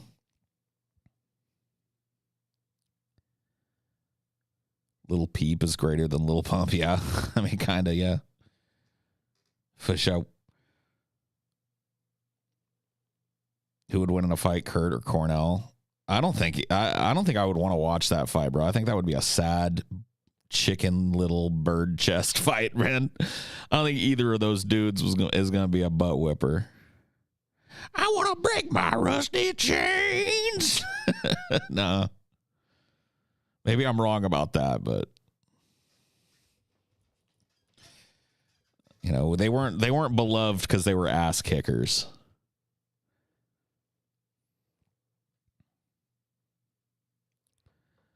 The boomers enjoyed an era of economic prosperity that facilitated suburban white picket fence lifestyle. Subsequent generations resented not only that, it was no longer attainable, but undesirable. Well, yeah, it had become less and less attainable, and what was attainable was less and less desirable.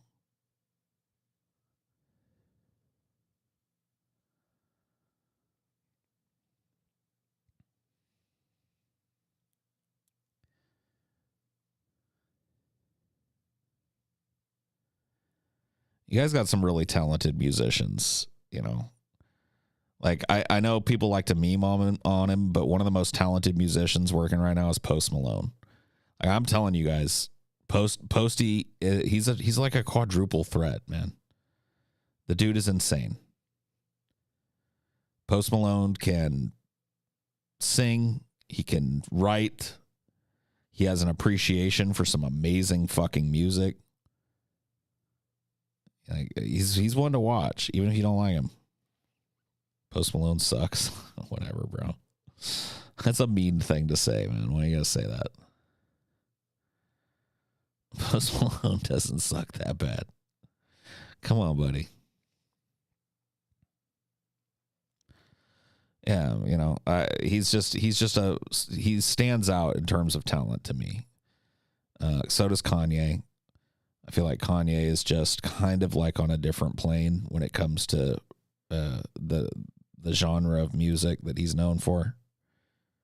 He's I'll tell you when I fucking, because it happened later for me than it did for a lot of people. A lot of people when, late registration, fucking that whole era of Kanye, the first 3 albums. A lot of people bought in then, and I was just like, nah. I mean, I grooved to some of it, but I was just like, I don't see the greatness. I saw the greatness when he dropped fucking Yeezus, dude. That album was like, Yeezus as an album is like a revelation, bro. I don't understand the people that shit on that album. And I think that album has only grown in esteem. I mean, it was obviously well received when it came out. It was a fucking Kanye album. But there were a lot of people that were like, oh, this is not the Kanye. Oh, my God, dude. That's when Kanye West hit his peak for me. Oh, my goodness. That album is a statement. Like, that is crazy good. Crazy good. So I fell in love with that.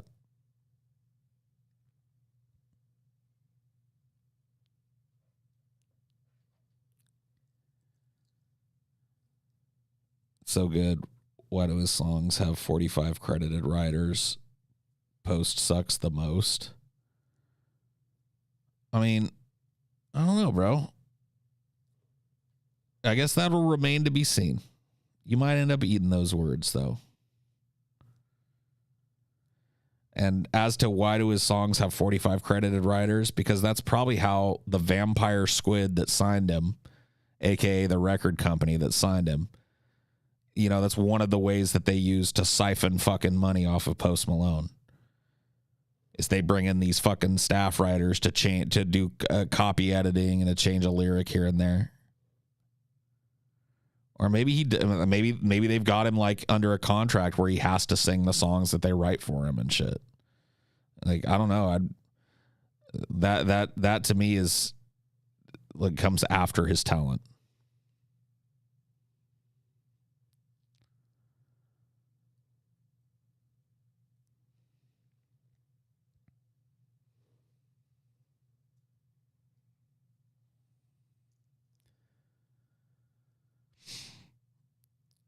Celebrities can make a location city always be associated with them and have it be iconic. Kurt Cobain definitely did that with Seattle. You think Seattle, one of the first things you think is Kurt Cobain.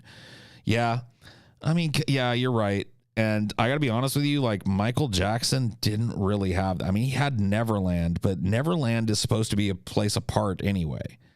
Like he wasn't really known for whatever little fucking suburb of LA Neverland was in. You know what I mean? Like he wasn't known for any kind of being from anywhere.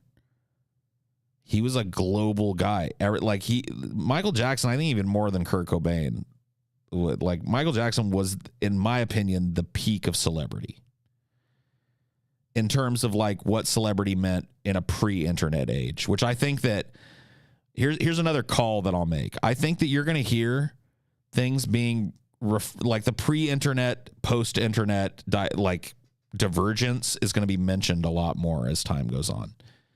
It's going to be looked at with a historical eye, and people are going to realize that it was a major, major turning point.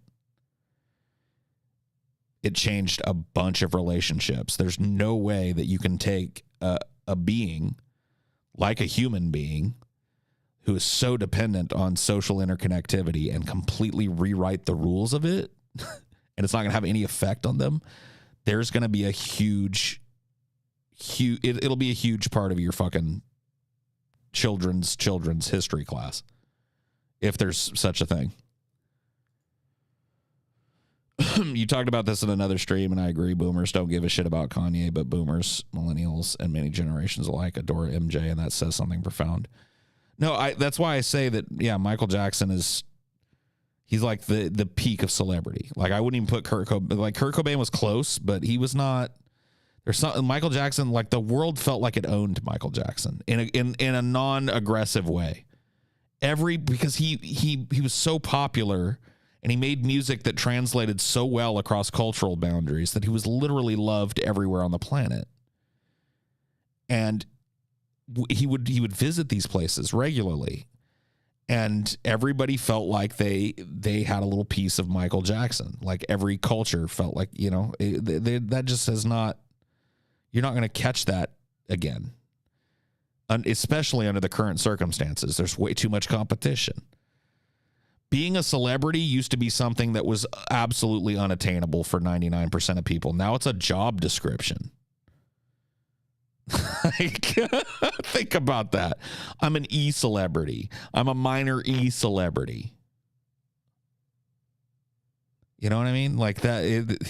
Once again, the whole game was rewritten with the internet.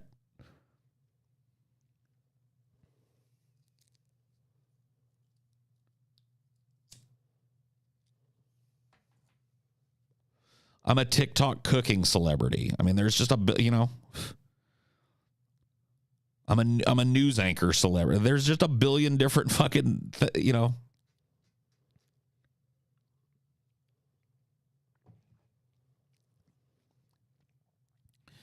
I would say that in another generation, the word celebrity is going to be meaningless. So you just don't get when a big recently, who was it? Takeoff from the Migos was killed. The Migos have had an obscene amount of platinum #1 hits. I mean, they were really fucking widely listened in this generation, and I don't think anybody will fucking mention Takeoff. You know what I mean? Like in a year, there will be people like he'll be referred to nostalgically every once in a while and then forgotten. Like he didn't leave like a global mark, even though he probably, one of the biggest celebrities in the world, right? Who are the Migos? I mean, see?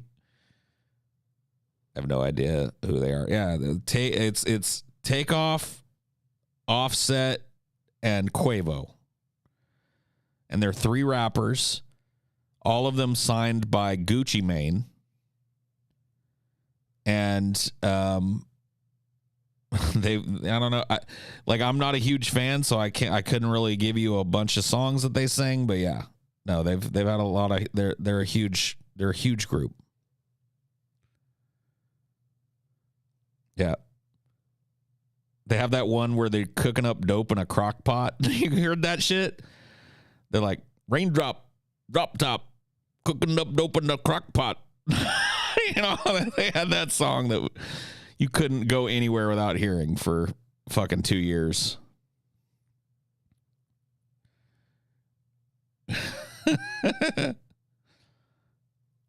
Cooking up dope in the crock pot. It's like, ugh, gross. Crock pot dope. Okay, weird flex, but I mean, people loved that shit. Smoking up dope in the hot box. Cooking up dope in the crock pot. Raindrop. Drop top.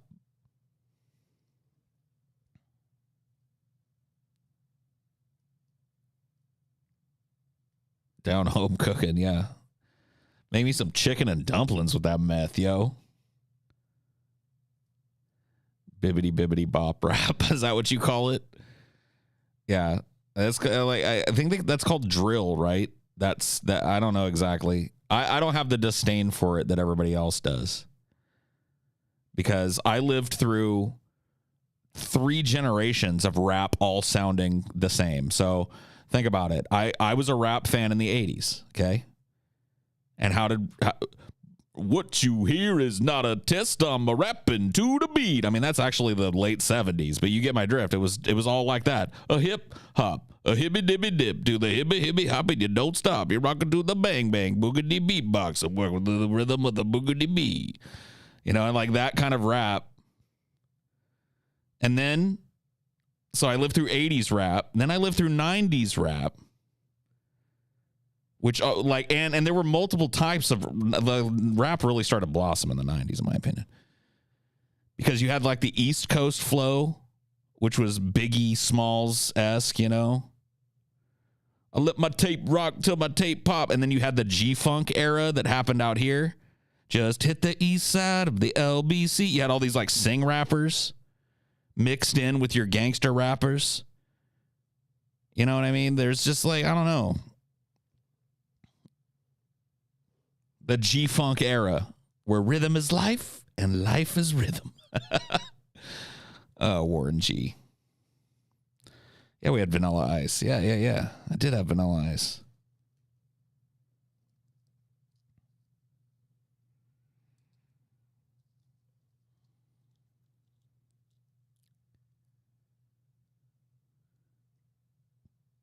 And then fucking, you know, every once in a while, an artist comes along that changes the way rap sounds.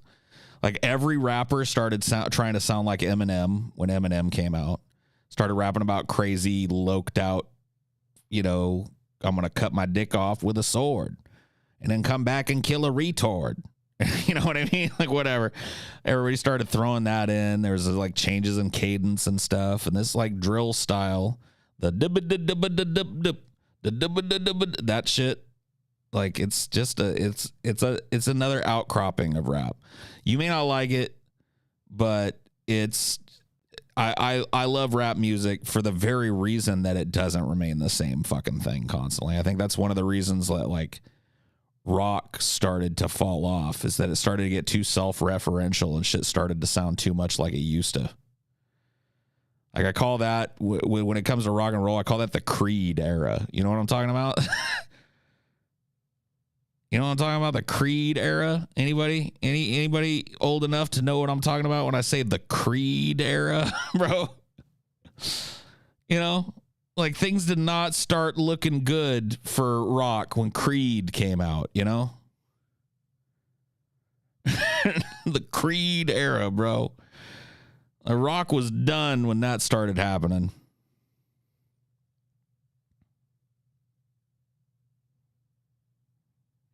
When I'm dreaming, guide me to another place. Time and time, okay, yeah. It's just like, oh my fucking God, cut my dick off, bro. Cut my dick off. What is this? And then every fucking band started to sound like, yeah, three poop shoots down and fucking Breaking Benjamin. It just all became the same shit.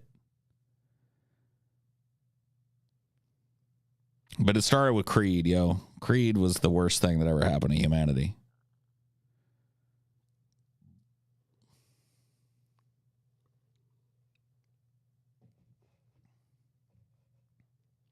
I love Creed. You're a sad fucking sack, Jason. So I'm sorry to hear that, bro. When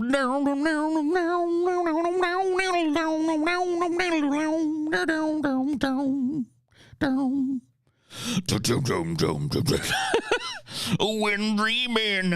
Oh my God.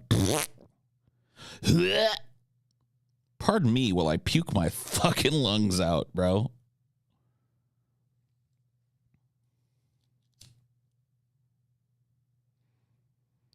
Can you take me higher?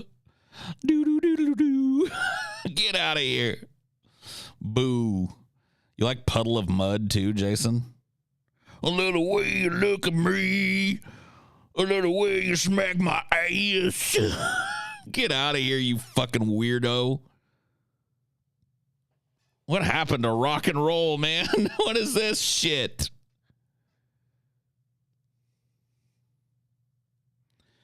Dude, I don't even want to talk about Nickelback. That's how much disdain I have for them.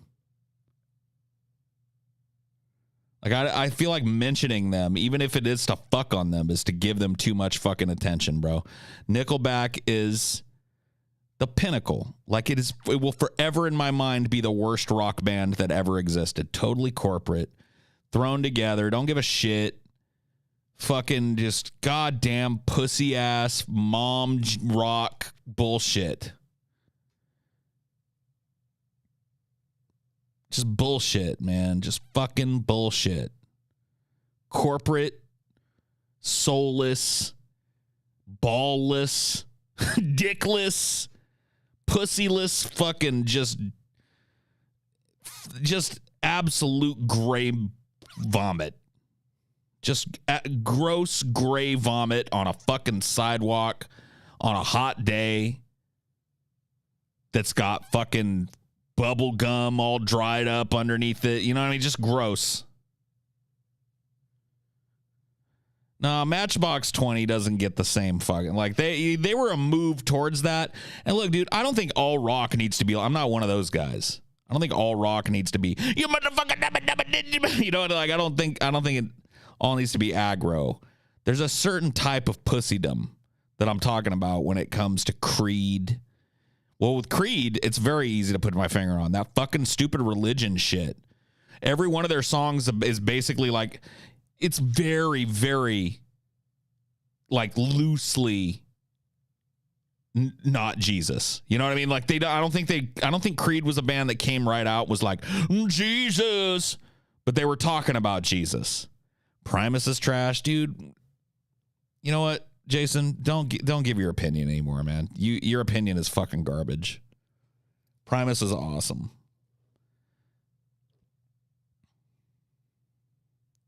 Yeah. No, Creed was Christian rock, but it like snuck into the public consciousness, and then rock started to get pussified in a different way. It wasn't like it wasn't hard or aggressive sounding anymore. It was just lyrically fucking devoid of any kind of meaning because it was just religious reinterpretation. It's just garbage. Yeah, POD, another one of those fucking shit-ass bands. Kind of like a rap rock band, too, which is where a lot of the soulless shit happened, by the way. There was some rap rock that was okay, but most of it was corporate garbage, bro.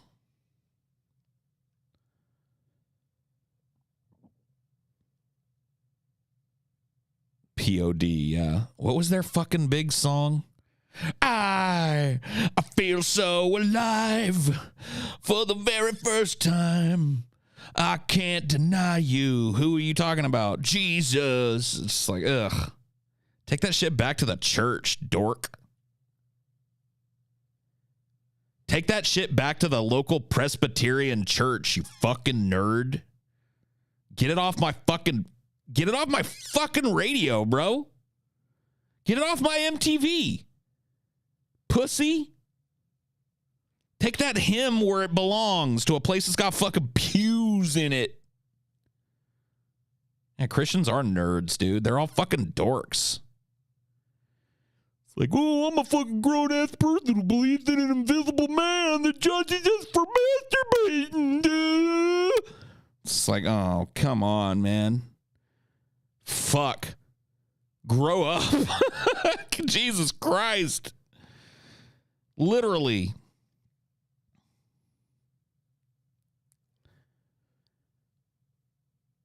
Oh yeah, I like primitive radio gods. I don't recognize iRails. But I remember they had that kind of like trip hop song. The Sunday comes and all the papers say, "I've been downhearted, baby." The kind of like bunch of lyric drops. Yeah. I just don't even fucking like, I don't know, man.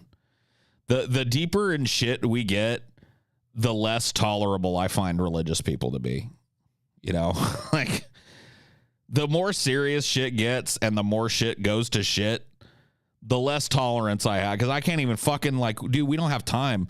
We don't have time to have that conversation about why believing in a fucking Bronze Age myth is probably a bad idea. You know what I mean? Like you're fucking worshiping a religion that was written in a pre-medical area, like before medicine.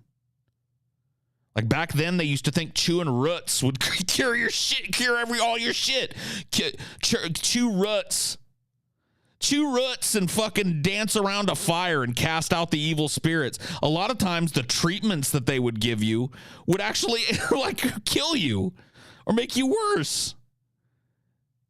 And your entire fucking moral code was made by that fucking segment of society?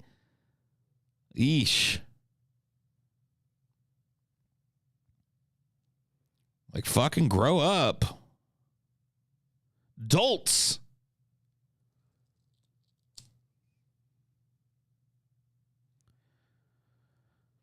And I'm telling you, man, not all religious people are stupid, but the stupidest motherfuckers that you will find are all religious. Dude, if you're in America and you hear a guy going like, what you gonna want to do is head on down the road here, you're gonna want to take a left at the fork, and you want to go on down there and you're gonna find the Sack of Suds bar, and that's where I spend most of my time sitting. Yeah. If you ever run, now I notice I didn't mention any goddamn thing about religion. If you hear somebody that sounds like that, I guarantee you they believe in Jesus. The dumbest motherfuckers in the world all believe they're all religious. Not all religious people are stupid, but all stupid people are religious. All genuinely stupid fucking people. Like dunderheaded people. They're all religious. Heck, that alone should be enough to have you fucking run away from it. Like, what are you doing?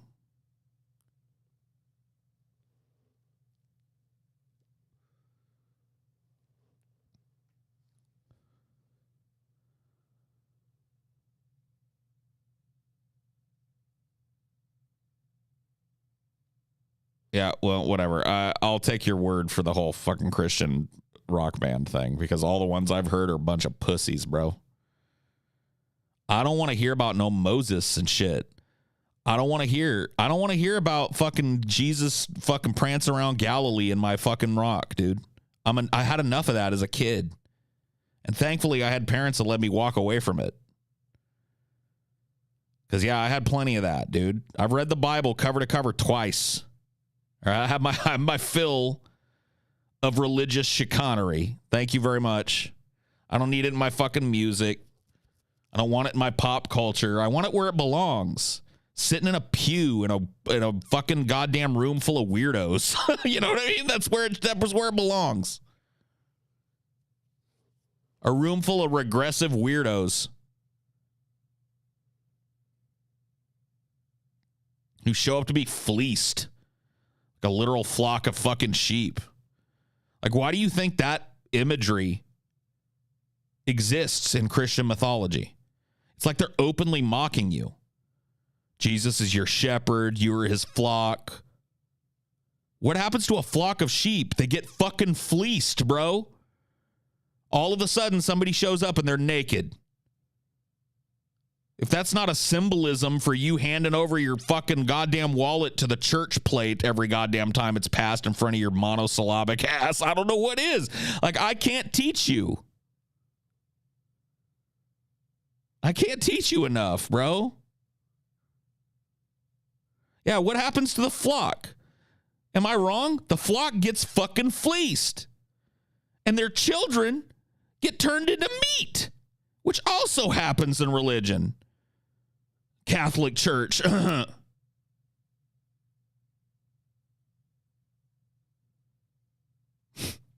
like it's right there in your mythology.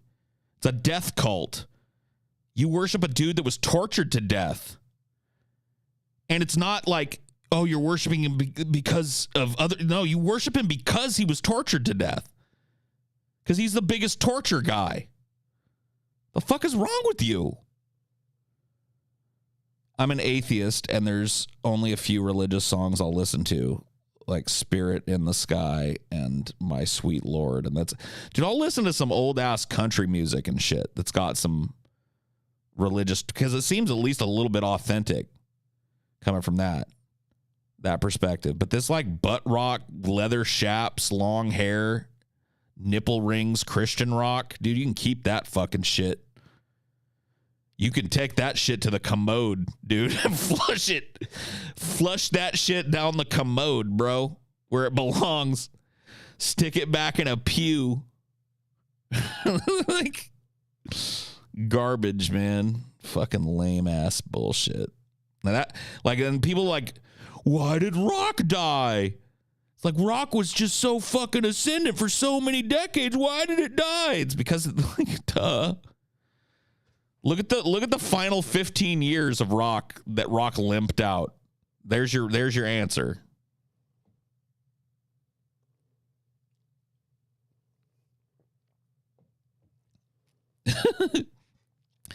I will tell you this, man. That is something that, like, I feel like as I got older and I've had the same fucking conversation a million times, especially like the internet didn't help, but it's just like, I don't really have no time for religious people. I really have no time for your religion or your religious perspective or the good gospel news or whatever the fuck. Like, if you want to do some good, I'm down to, like, help you do some good, like, put coats on the homeless or whatever. But as soon as you start injecting a bunch of Jesus and a bunch of, like, religion into your good deed, I'm out. That's the best I can say about religion right there, is that they'll go out and they'll feed the homeless. They'll clothe the naked every once in a while. Every once in a while, they'll act like Jesus. But the rest of the time, they're just proselytizing, just trying to get more people to sit in front of the preacher and pay him, so that he can pass his fucking tithes up the line so the ecclesiarchy can be rich as fuck. Fuck that.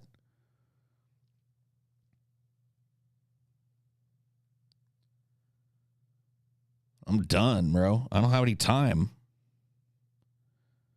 Like, goddamn, man. Just talk about nonsense.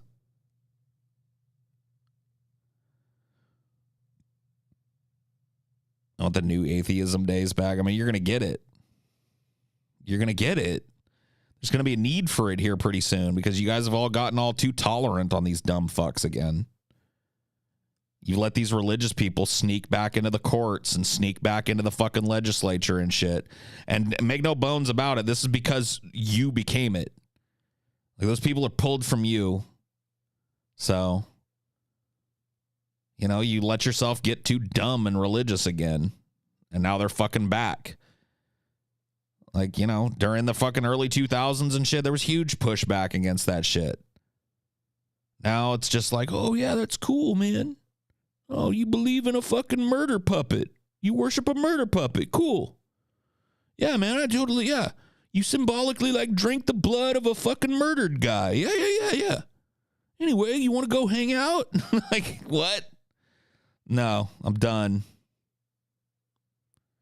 I don't got a second for it anymore, because here's the thing about religious people too. It's very rare to find a religious person that will talk without any intent to convince you, to try and win your soul.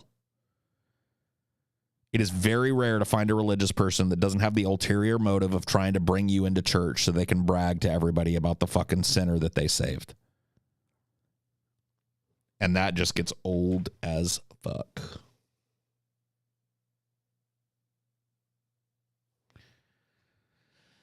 Dealing with people that are like that just gets old as fuck.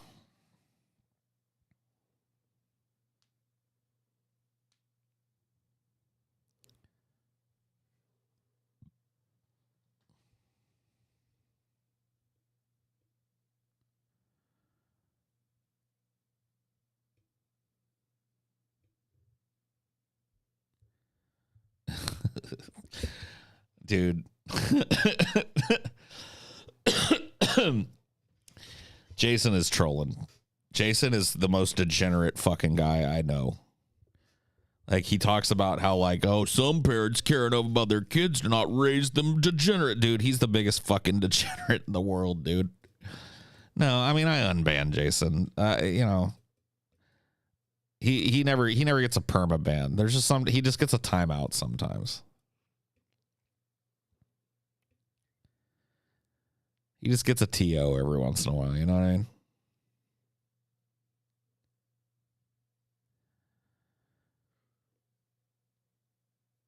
Dude, I could get on Discord, Jason. You want to take a crack at me? You want to take the pro religion side of things?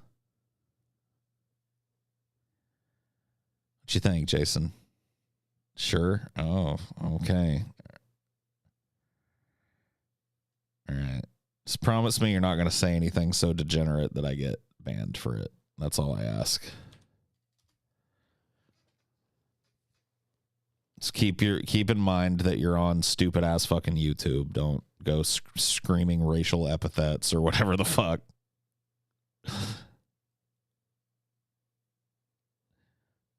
Some blood sports. I mean, I don't know, bro.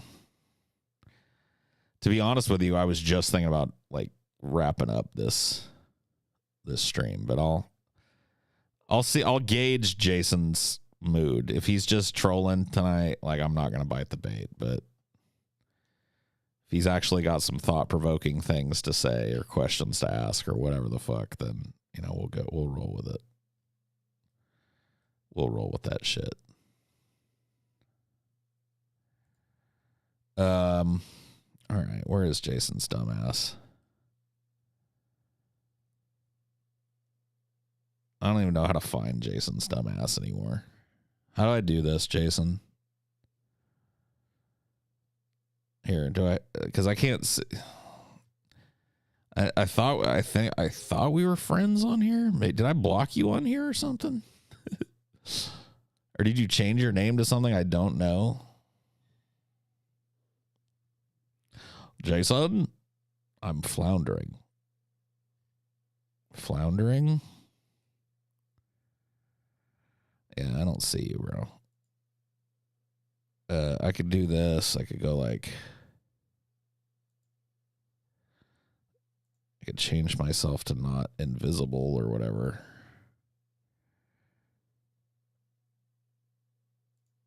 The name on... Well, I don't know, man. Like, don't we have each other, like, or did you get banned from Discord and have to make another thing? Because if that's the case, fuck this. I'm not going to go through the whole Discord handshake process. I hate even opening this app, honestly. It triggers bad feelings about bad days. Check your blacklist. Huh? All. Okay. Yeah, I don't see it. I don't see anything.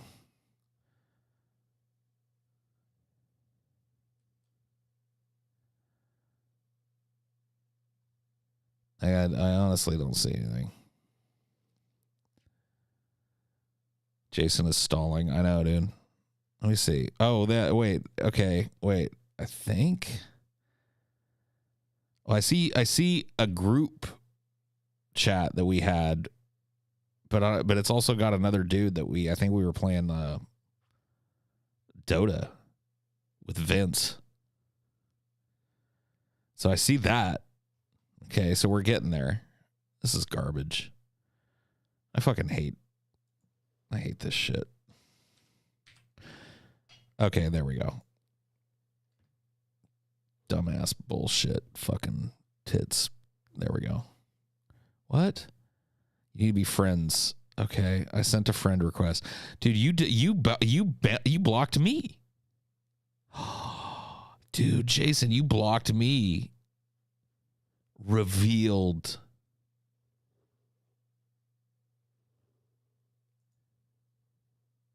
Good evening. Dude, you blocked me, Jason. No, I didn't. Yes, you fucking did. No, I didn't. You got butthurt. No, I didn't. You got butthurt and blocked me. I didn't block you. I thought you blocked me because we weren't friends.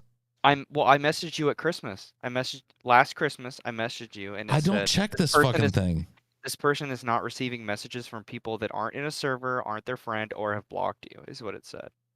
Well, that's because I am invisible. I have my shit. Like I literally turned this account off to the extent that I only have it when. Anyway, whatever. Jason, what's going on, Walrus Face? What's going on? I'm in nursing school. You're in nursing school?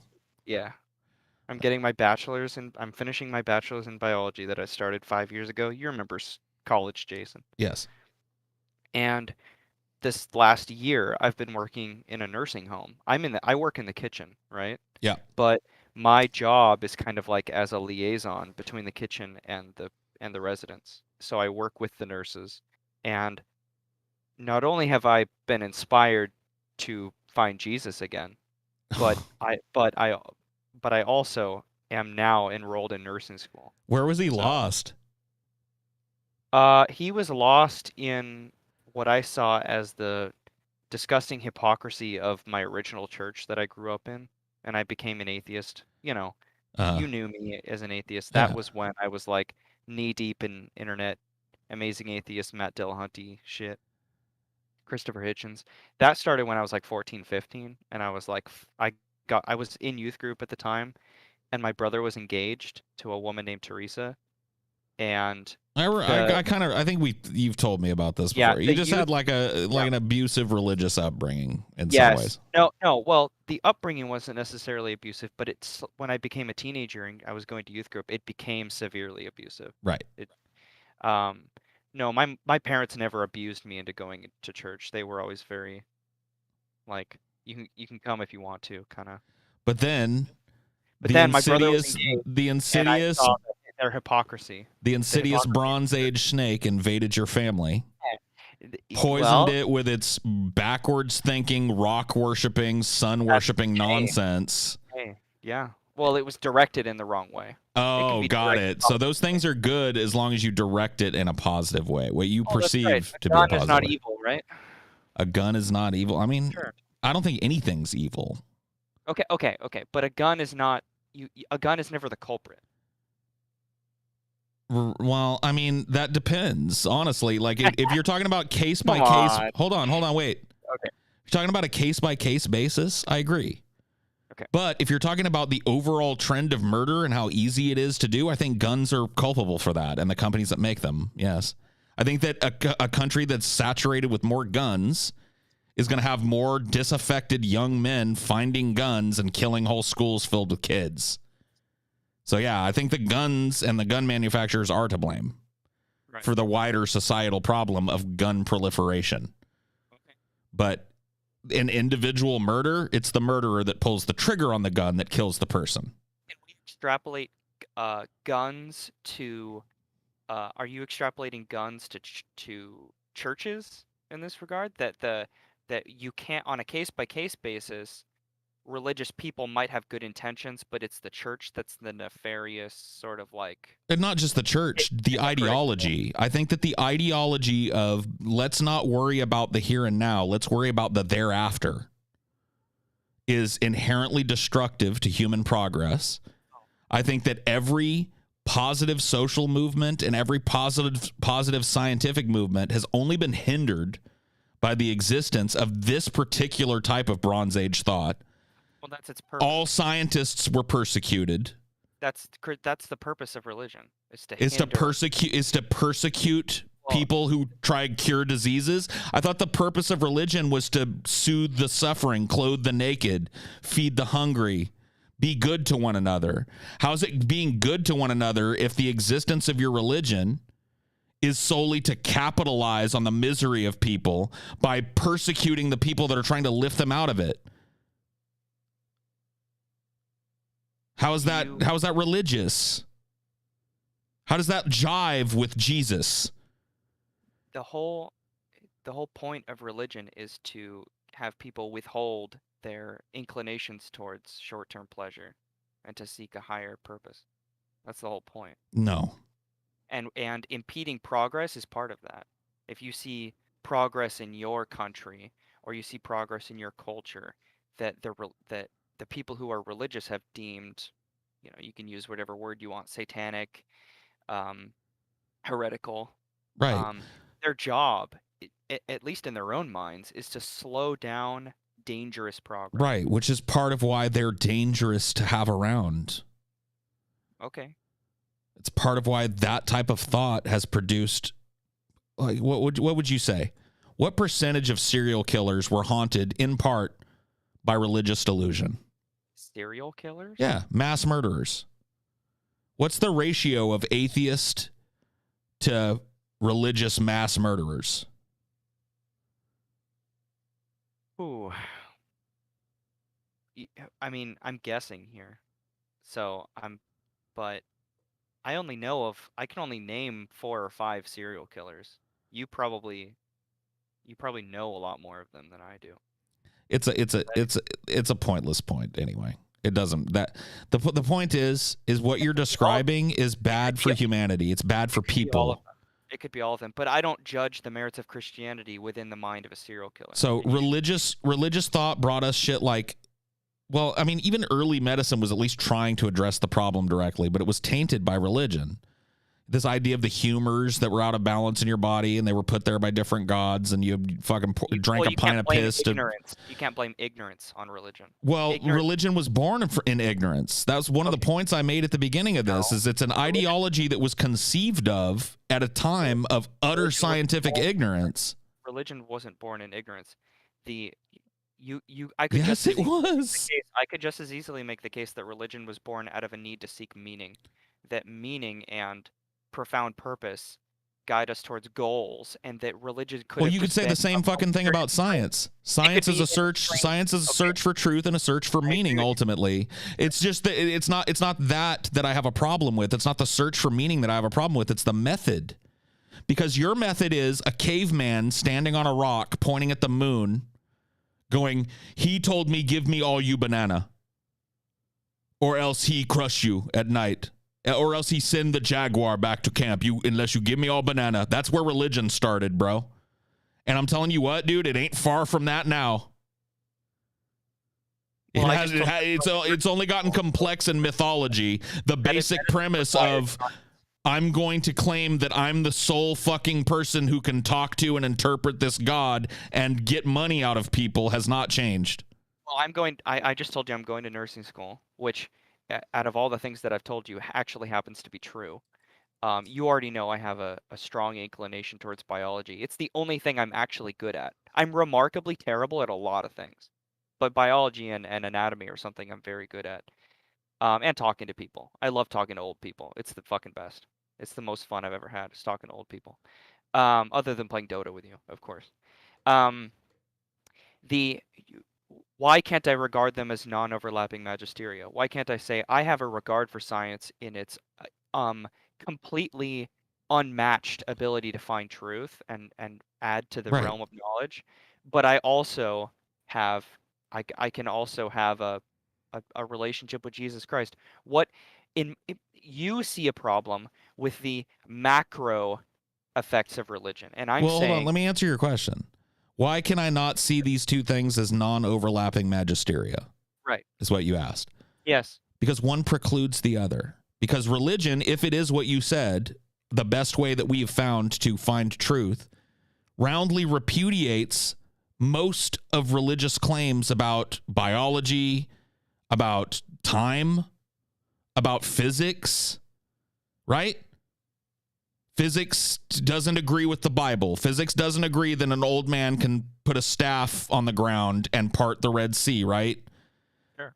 Physics biology doesn't agree with the fact that even like a snake couldn't talk even if it wanted to, right? Right. So that's why I have problems seeing them as non-overlapping magisteria, because one precludes the other. Because science has, among other things, proven religious positions on these subjects we're talking about, biology. Right. Wrong. Yeah. And part of the other one is denying the existence or what you call like slowing the progress of the other. Right. So they're definitely not overlapping magisteria. They're two. If you want to look at it broadly, they're two worldviews that are directly at conflict. The impeding. I thought earlier we were talking about I thought we were talking about the negative effects of the church, and that's I started mentioning impeding the. Well, I mean, there's a lot of naked effects of the church going on with in rectories. You know what I mean? After the fucking choir breaks up, you know what I mean? Hold on, let me finish my point for a second. Okay, sorry. You mentioned. I said, in your gun, does your gun extrapolate to the church? And then I started talking about the negative effects of churches in regards to when I said impeding what looks to be dangerous progress. In this new topic that we've discussed, I'm talking about an individual's choice to be religious, and the non-overlapping magisteria aspect of trying not to have two beliefs contradict in your own mind, like not wanting to suffer cognitive dissonance Right. And like just if you having a scientifically inquisitive mind, but also seeking a deep meaning and finding out that the birth, life, and death and resurrection of Jesus Christ actually happens to be the most reliable personally to describe your pursuit of meaning.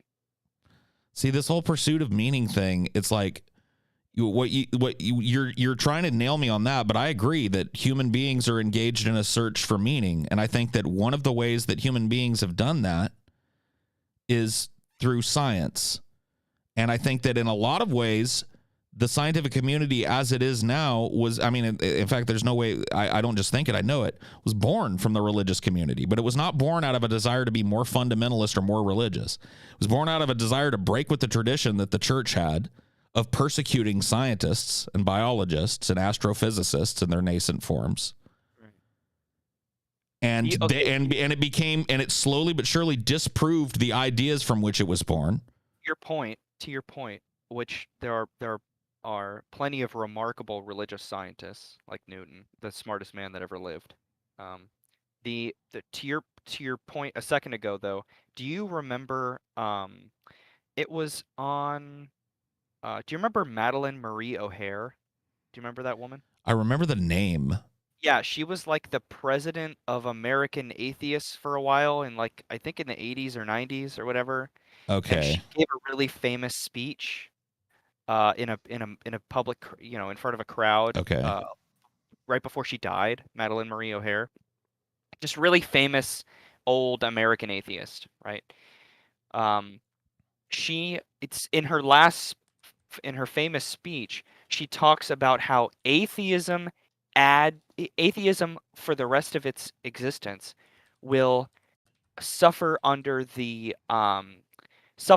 its inability to add anything to the pursuit of meaning. It is a rejection of a pursuit of meaning, and that's why people you reject the Bronze Age mythology, but it suffers under an inability to prescribe or add to pursuits of meaning. Science gives you no meaning. Science does not tell you anything about why things are. They tell you how things are, but there's no why. There's no essence to it. You can describe the substance of anything that you investigate, but it never talks about the essence of anything. It's not. All right. Well, I don't like, I'm looking, I don't know if you're quoting her properly, but even if you are, I don't necessarily disagree. I'm paraphrasing. I'm severely paraphrasing, but that's what I got from. If you're looking like science, I agree with her, because here's the thing. Look it up. Wait, for anyone who wants to look it up, the speech is called "Consider the Atheist," and if I'm getting it wrong, that's fine. But that's what I got from her speech. Right. It's called "Consider the Atheist." All right, I'll trust that you're, that you're not misquoting her or whatever, because I really don't think what you said is controversial. If you're talking about meaning being an easy mythological answer that comes in a book that you can read, that tells you how to live your life and how everything started. Right. If you're talking about that, then yes, science is against that. Science has roundly disproven that simple of an explanation for the beginning of the universe. And on the converse side, the being that could pull off such a thing would have to be so infinitesimally complex that it defies the laws of physics in the universe as we've come to understand them, the constants. Sure. But not only defies them, but there are plenty of a lot of the smartest people we have alive right now are proposing a multiverse in which universes that we can't describe might have actually plausibly have entirely different laws of physics. Well, here's the thing. Even if that's true, Jason, we don't live in one of the multiverses where God is real.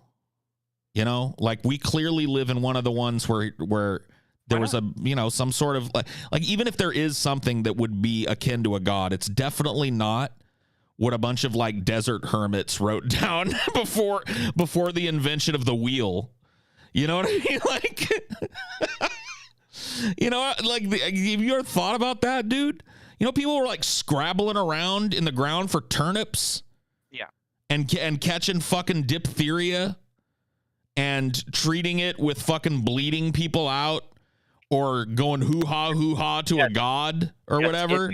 Yes, in the Quran, the Quran describes that people start as a drop of blood inside a woman's stomach. So yeah, I no, it's understand ridiculous. that religion gets basic scientific concepts wrong, but the point is that we stand on the shoulders of giants in terms of being able to interpret the experiments that found that knowledge. And so religion wasn't born in ignorance. Religion and ignorance existed at the same time and do not disappear because they live at the same time. But it's not out of ignorance that religion came. It's seeking. How can it be not out of ignorance? It's looking at the stars and going. It was from a society that was completely ignorant of scientific thought. Why do I only live for 25 years and I hunt one leopard and I'm dead? Were the authors of the Bible completely scientifically illiterate? Were they? No. Were they scientifically illiterate in terms of their understanding of the universe?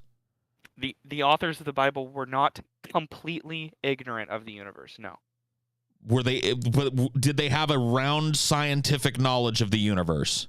I think at least by and access to that information so that they could learn it and pass it along. Well, I think I think within Christ's time, wasn't the Jason, up until about 600 fucking years ago, most people couldn't read. The circumference of the Earth was calculated. I think that's even fucking close. I'm giving way too much time, dude. You don't understand, man. Most people were fucking illiterate till the late Middle Ages. Right.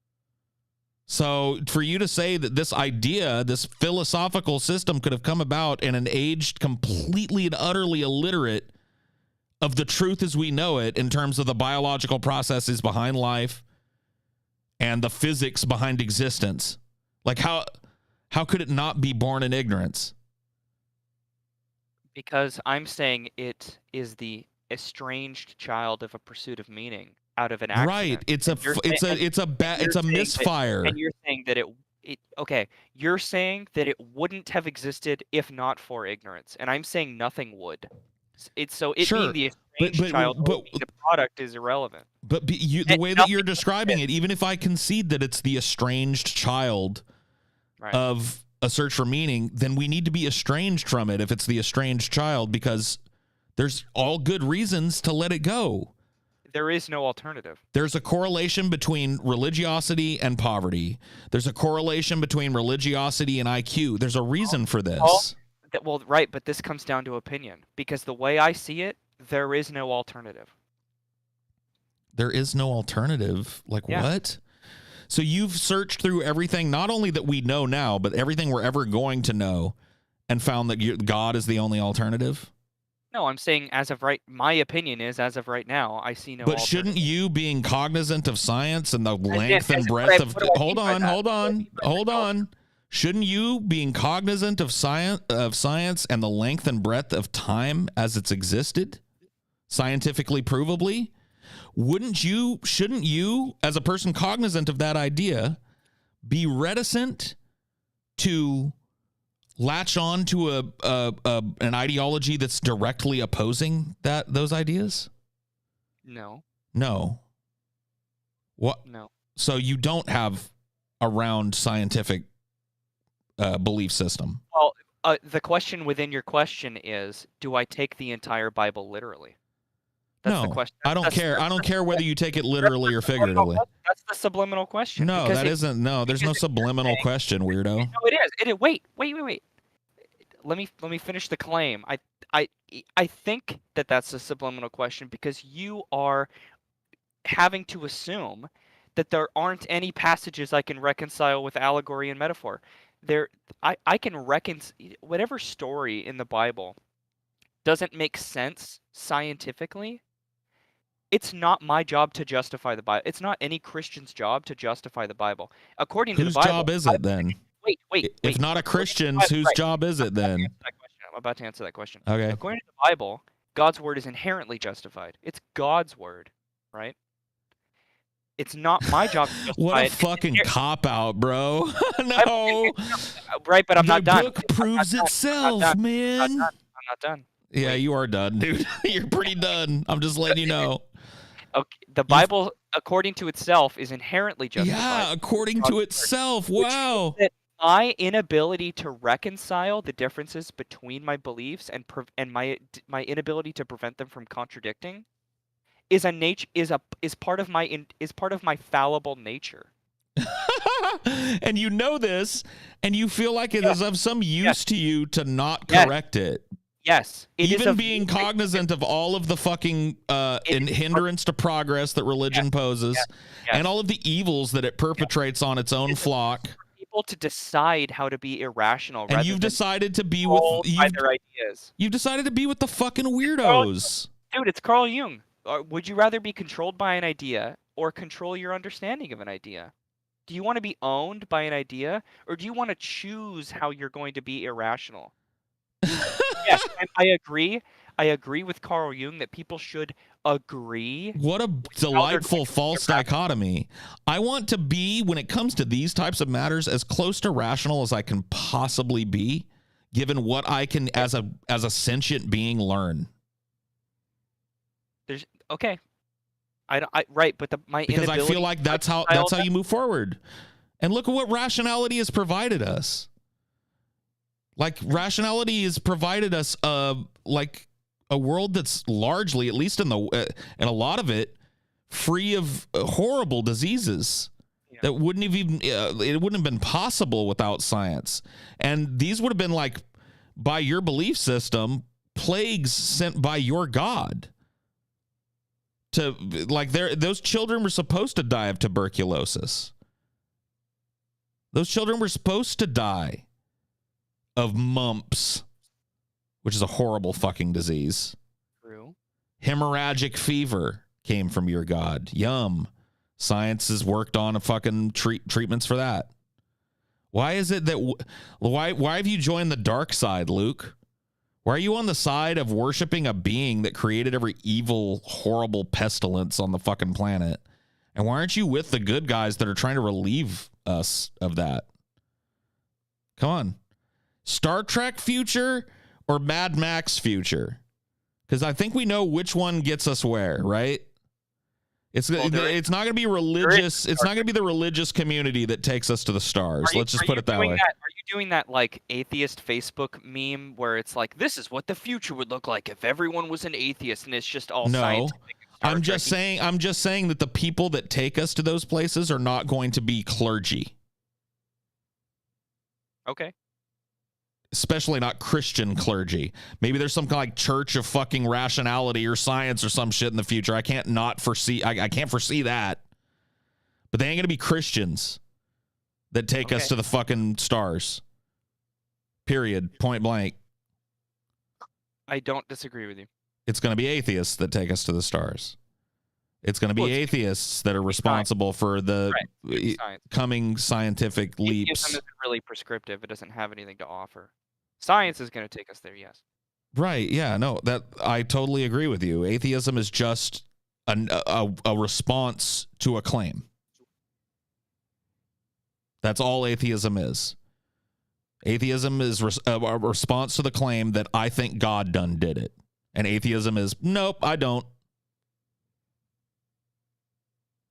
I think there's an explanation that doesn't include what a bunch of weird desert hermits dying of thirst and probably hallucinating on fucking desert mushrooms and shit scribbled down in order to fucking like prey on their fucking flock and shit. How do we convince the rest of these goat herders out here in the middle of the desert that they should give their water rations to us, and that they should give their goat when they sell their goats when we go into town twice a year, you know, they should pay us half, because we protected the goats. I can't give you like little prognostications about what the future would look like. The only thing I can tell you definitively is what it's done for me and what I want to do for other people. Mm-hmm. What I've been inspired to do. That's all I can tell you. And if you, the trolling never stops. I was born a troll. But the important thing to know, Paul, from me, is that it's important that nobody truly know what I actually believe, but that you're getting truth here. I love watching people be inspired in real time, And in my life right now, as I see it, and going into the future, that seems to be through the medical field, and it also happens to include Jesus. And I was born with that. I understand it. And I'm Well, I coming mean, back look. to it. And I'm coming back. Wait. And I'm coming back to it with the knowledge that the hypocrisy I suffered under in my teens that caused me to rebel, I can reconcile that. I can reconcile Uh-huh. my past with the understanding that I don't have anywhere to. I'm getting older. You know, I'm getting Dude, older. I've made a lot of new friends. I've got the I'm a perfect much doctoral wait. specialization for You've you, known Jason. me as an angry and bitter and resentful person Uh-huh. for a long time. This past I think you're year, still that I okay, gotta be honest with yes, you, I think you're still the right, same yes, angry, bitter, and resentful right. person that you've always I been. right, and that's where the trolling never ends. But it's getting better. It's getting Well, better. I mean, As I'm getting older, it's getting better. I'm glad you feel that way, Jason. I'm glad that you feel like that there's growth. You know, It's I thought of getting the better. best doctoral specialization for you ever, dude. Don't It say proctologist. no, Don't say it. no, dude. It's even better, bro, because Okay. it blends your new found beliefs with your old realization that those beliefs are bullshit. Okay. Become a doctor that specializes in doing circumcisions. No. There you go. Yeah, dude, come on. No, You're dude. using scientific No. knowledge No. to push a profoundly stupid religious ideal. It's No. perfect. Circumcision is an Old Testament way of Jews to baptize themselves. Oh my fucking god, And bro. How about go it's down to the See, this is another thing. You know why they didn't baptize themselves in a river? You know why they had to cut their cocks off? Because they lived in the desert, dude. They were a I know. bunch of stinking goat herding desert nomad fucks that Yeah. all were trying to get a leg up on each other, and one of them actually convinced a bunch of them to cut part of their cock off, bro. I know. And I they're know. still doing it. Yeah. They're Yeah. still it was done to me. Yeah, it was done to me, dude. So, You wait, bro. wait, you've seen my pee-pee accidentally. You've seen it. Like Be that as it may, okay, dude. I'm scorned. I'm scorned just like you, dude. But that was Kellogg. That was Kellogg. Dude. That was 20th century Dr. Kellogg pushing the fucking propaganda on people that if you circumcised men, then they No, would stop that masturbating. wasn't Kellogg. If you Dude, the circumcised guy's men, they name would was stop fucking masturbating. Isaac, wasn't it? Like, No, it's Kellogg. no, dude. Yes, no. Kellogg said if you get kids to eat Raisin Bran and you get them to eat Rice Krispies and you circumcise them, they'll stop masturbating. It's Kellogg, dude. Look it up. It's fucking Oh Kellogg. my god. But yeah, I bet Kellogg also supported fucking circumcision as part of that. Because that was why that was one of the ways they justified circumcision. Well, it's one of the ways that Islam justifies circumcising females. Which I think is funny because it's just like, dude, there's spit exists, bro. Come on. Right. You know what I mean? So even if you're in an age where you can't grab some lube, Or in you your know? case, Jergens, right? yeah, some Jergens. Good old Jergens. Even the pre-Jergen days, you know what I mean? You had some lube on tap, so just a stupid fucking idea to begin You with. used the gherkin for a jerkin back then. Yeah, yeah. But I mean, I think that's perfect for you, Jason. I actually would. No joke. If you became the world's foremost circumcision doctor, I would not be shocked at this point, dude. You wouldn't be shocked? It would be the perfect representation of your ideological fucking conundrum, dude. That is you. On one hand, so precisely trained as a surgeon that you're trusted to operate on the genitals of people's newborn sons. Wow. But also specializing in doing a completely worthless religious ritual. Can you believe that I actually tried like foreskin restoration techniques? Dude, you're not. I mean, I have never myself, but I'm not gonna lie and tell you I haven't looked into it. When I saw that it's like draping weights off your cock, I was out. You know what I mean? I was like, nah. Yeah. You cling, or you can do the condom thing, but you cling weights to what's left of your foreskin. Yeah, I wasn't. There was no way, bro. There's no fucking way. Stimulate growth. It's apparently it's never the same anyway, so it doesn't really matter. But well, I don't know, man. But like Jordan Peterson says, clean your penis, right? I Clean your mean, penis. yeah, I mean, you know, you're supposed to be taught that, especially if you've got a foreskin, which is like, that's one of the arguments a lot of modern foreskin removal defenders will say is, oh, it's cleaner. It's like, no, it's only cleaner if nobody takes the time to teach the little boy how to wash his penis. Yeah. You know what I mean? And that's all you got to do. And that's not even the worst thing you're going to have to do as a fucking parent. You know what I mean? Well, speaking of circumcision, I just became an uncle, which is really cool. That is cool. My sister just had a baby, and his name is Jackson with an X. Not sure how I feel about that, but he's really cool. He's a cool dude. But I met him the day after he got back from the hospital. He had been given like 9 shots, and he was circumcised all in the same day. Yeah. And wow. I'm really happy. I'm happy that he got. I'm happy he got the shots. He changed his diaper, and I'm just gonna tell you, I'm happy he got the shots. I never want to perform surgery on an infant in my life. I mean, if only he hadn't gotten those shots, though, because then he could get the mumps and die screaming in his crib. Dude, if you're a doctor, I don't understand how you can morally justify unnecessary surgery on a fucking infant. Right, yeah, like cutting part of their penis off, a stupid religious idea from the Bible. Disgusting. Yeah, it is. It's a dumb. It's one of many examples. It's why I'm not Jewish. Well, yeah, but you're a fucking Christian, which means that their Torah is your Old Testament. Okay. Yeah, so you believe that you just got done talking about how the God yes, was. Yes, I believe that Jews in the past. The Bible is God's word. Yes, that's right. Bible is God's word, and God's word tells you to cut off the fucking foreskin of your penis. Well, it actually doesn't say that everyone should. Right, it just holy people, because the people that were uncircumcised were Philistines and shit. Yeah, just the holy chosen people of God should cut their dick off. Right. I'm not Jewish. I'm not a holy chosen person of God.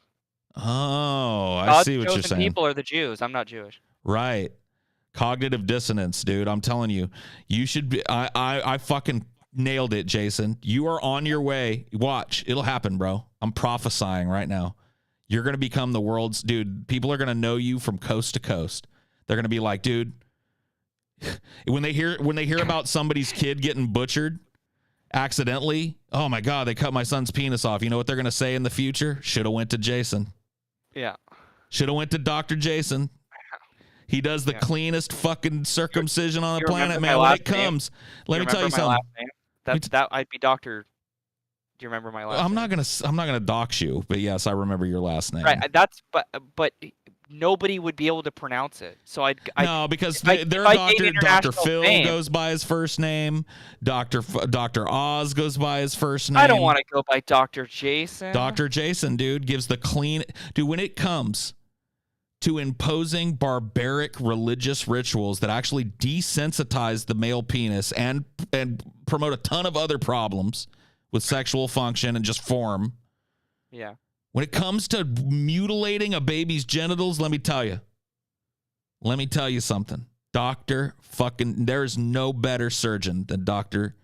fucking Jason. I don't want to be Dr. Jason because I have such a unique last name that I would want people to. If I were to become doctor, Jason, I learned how to people with a gun to say it properly. I learned how to pronounce your last name because you're my friend, and I wanted to know what your last name was. Yeah. But most people aren't going to give a fuck about you. They're not going to unless you. Let me just put it this way. I'm about to gain international fame. It ain't Smith. It ain't Jones. It ain't Cho. It ain't something easy. You know what I mean? Didn't you just say I was about to gain global fame with my circumcision market? Yes, but you're going to be Dr. Jason. You're going to be like Dr. Phil or Dr. Ruth. Oh, you know? I don't want to. Yeah. No, that's like changing my name to Bono. And then like eventually you're going to have a show where it's just like this pseudo-religious philosophical advice show where like bored housewives. It's like the Dr. Phil show where where twice a week you have a troubled teen on to argue with their mom. Yes. and you give them the straight dope, and then like the other times you're bringing Cash on me these. outside. How about that? Yeah. Catch me outside. Cash me outside. How about that? Dude, you When become in his like kind of 60s like a was religious. embarrassed by a fucking TikTok star. Yeah, dude. Yeah. No, yeah, for sure. Yes. But I don't. But that's the thing though, is that if I were to do that, I don't know what the world's gonna be like in 40 years. Why? I mean, It's gonna be so much easier to flounder dude, around. A lot worse than Dr. Phil. I'm not capable of becoming a celebrity. I don't know, Jason. I mean, I think if you follow this path that I've laid out for you, Jason, you do the extra time to become a fucking surgeon. You already know I can't handle power. You already know that. You become a surgeon. You start specializing. You just study extra hard on that circumcision. And so you start to build a name for yourself, man. You work at a fucking shitty hospital in Boston. You're pulling double shifts and all-nighters and shit. But you know what? It starts to get around Boston. Nobody pointlessly, religiously mangles a baby's genitals like Dr. Jason. And then pretty soon, Fox hears about you. They come do an interview.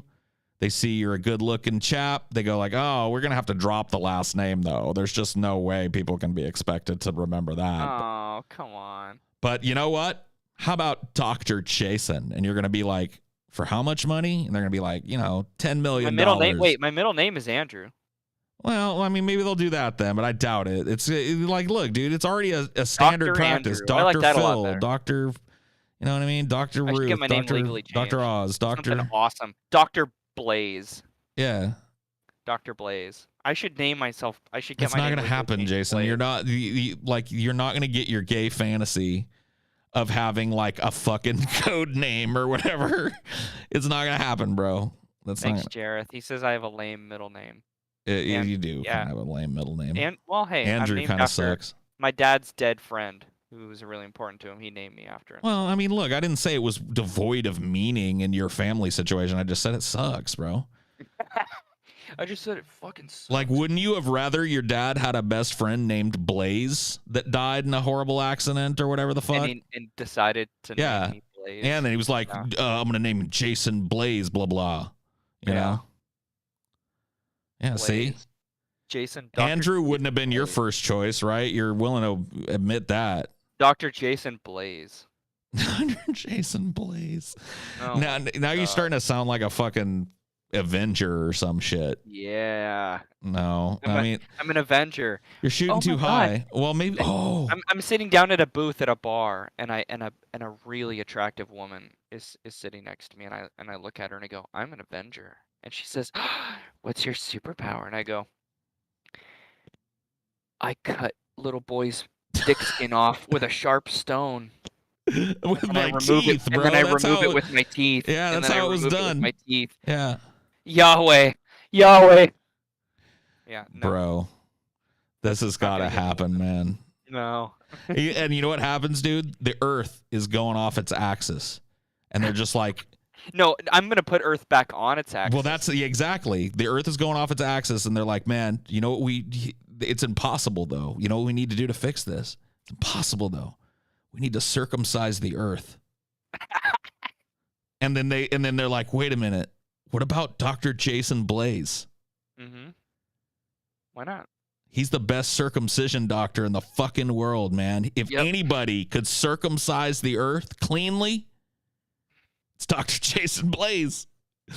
And then you fucking save the day, dude. You're like the Rock. We just cut off the South Pole. Yeah. Cut off the North and South Pole, or just cut like a strip around the center.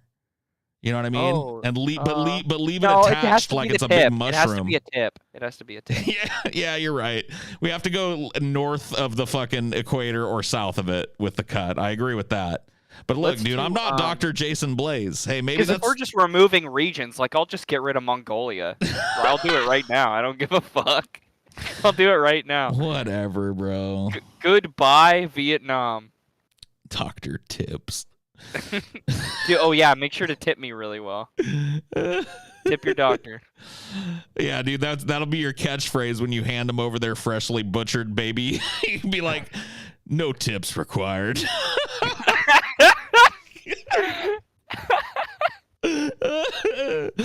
Oh shit, bro.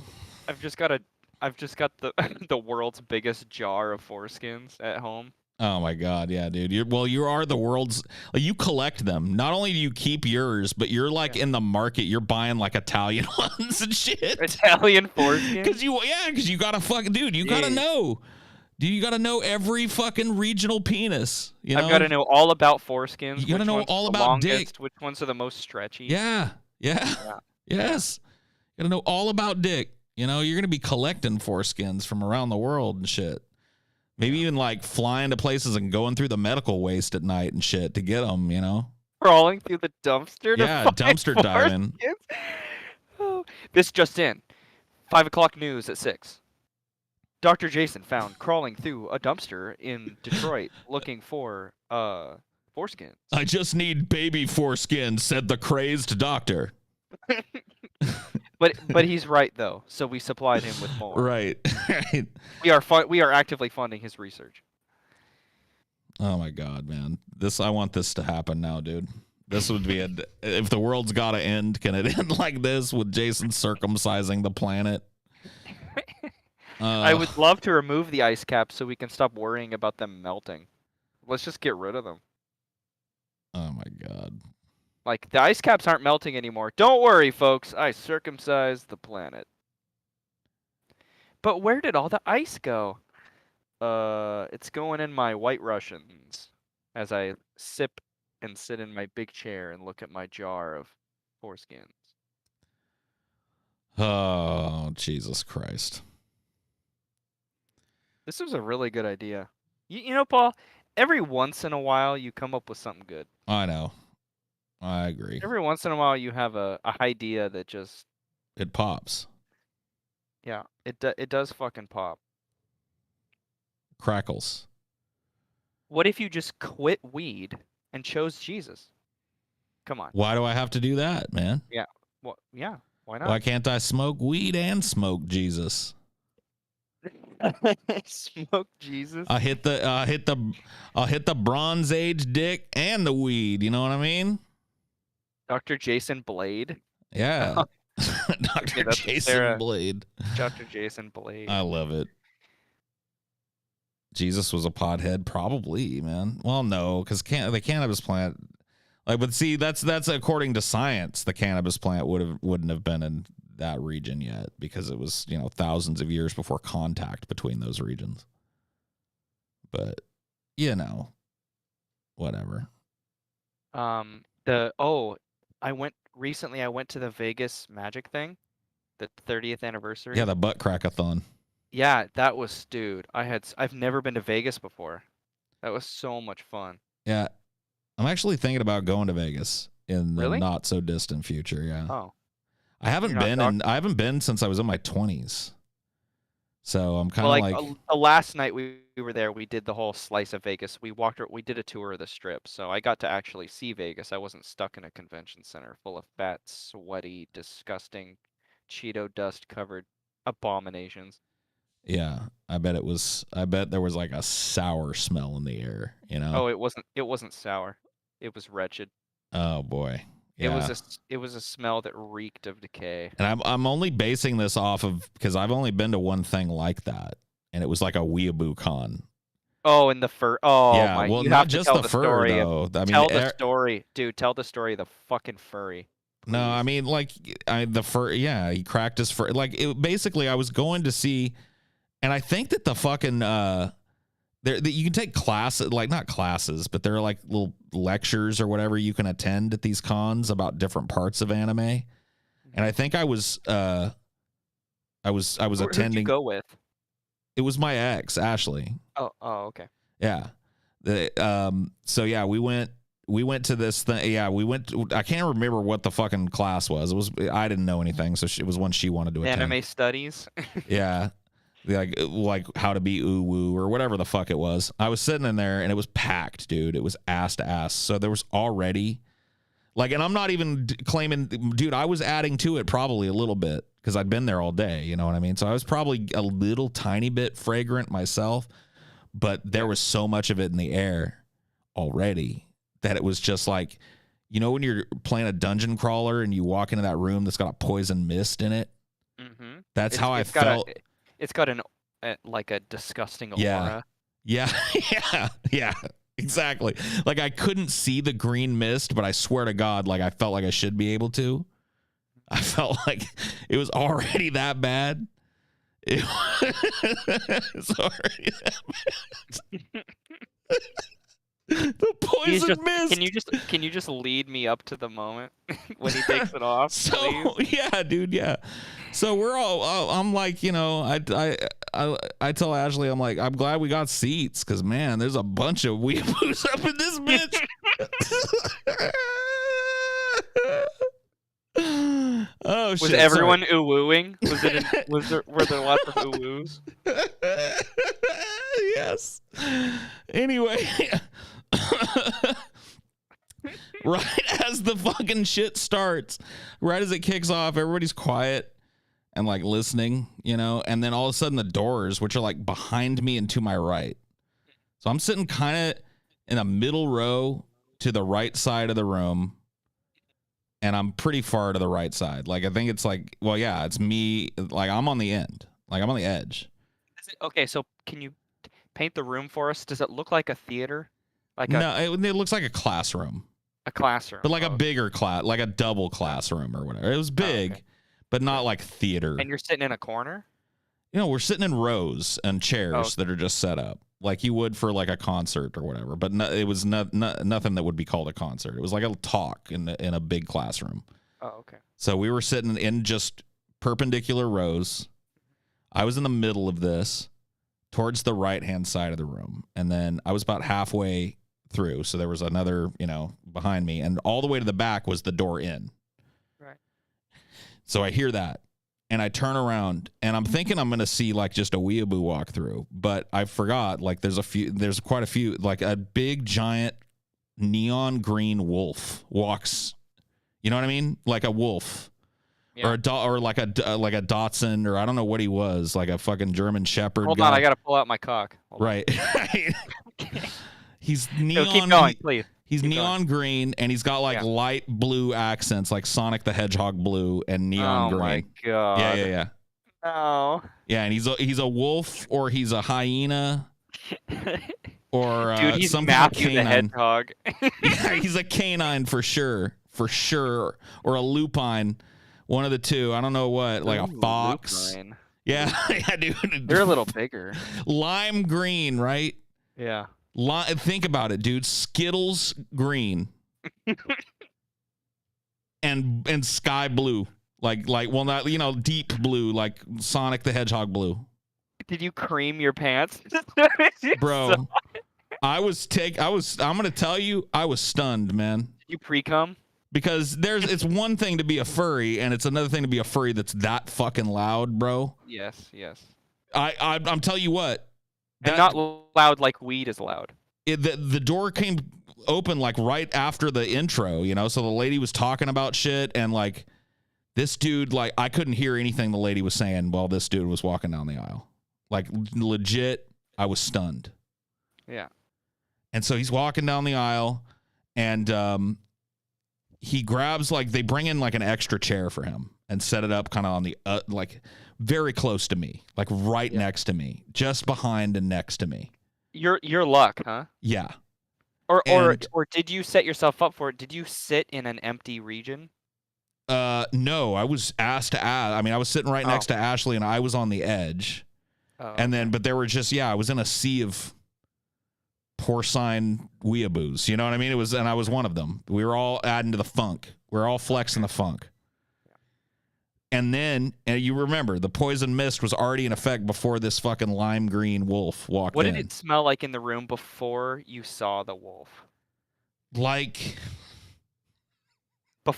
was it a really light poison mist? It was like 1,000 years of neglect. You know, It was sour, and it was sad and vinegary Yeah.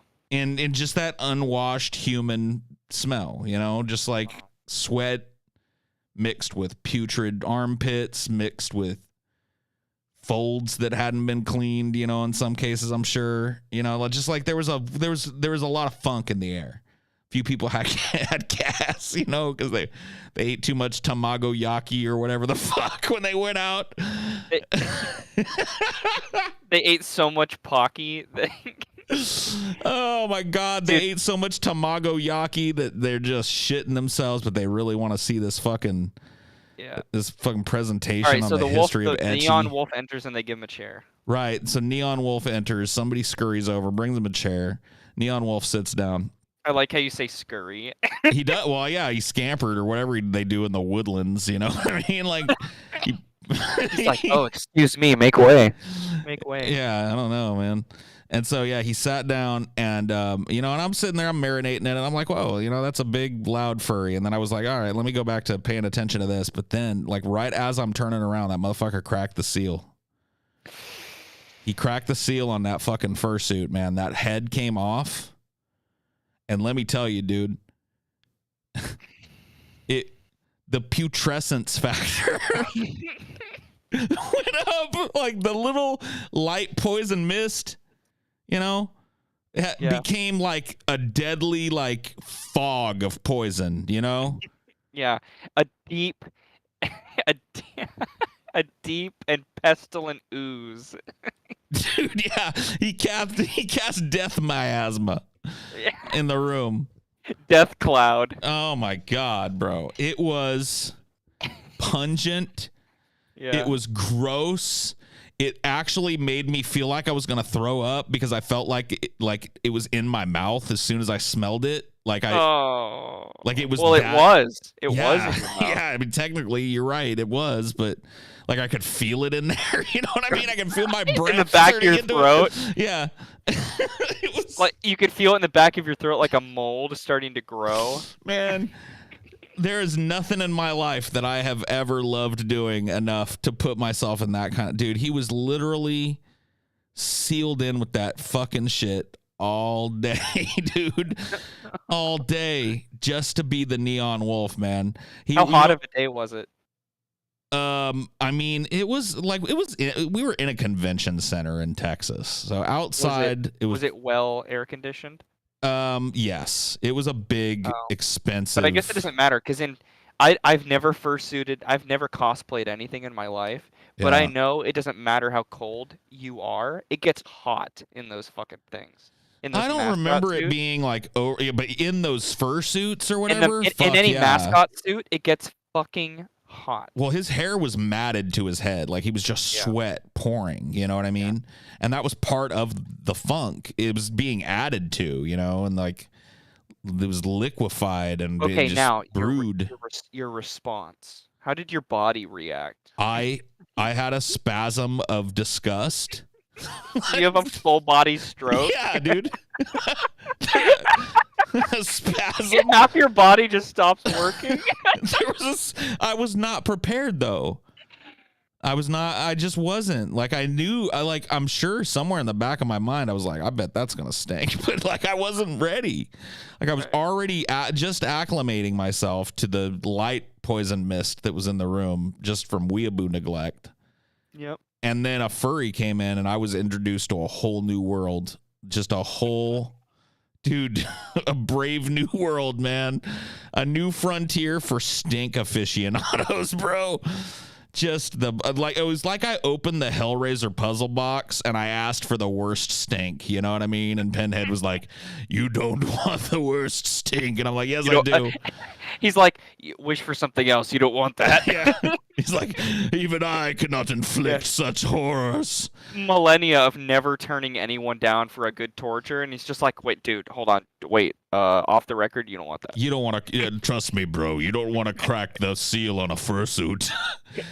It's like somebody threw a fucking poison grenade in the room, man. You don't want to do that.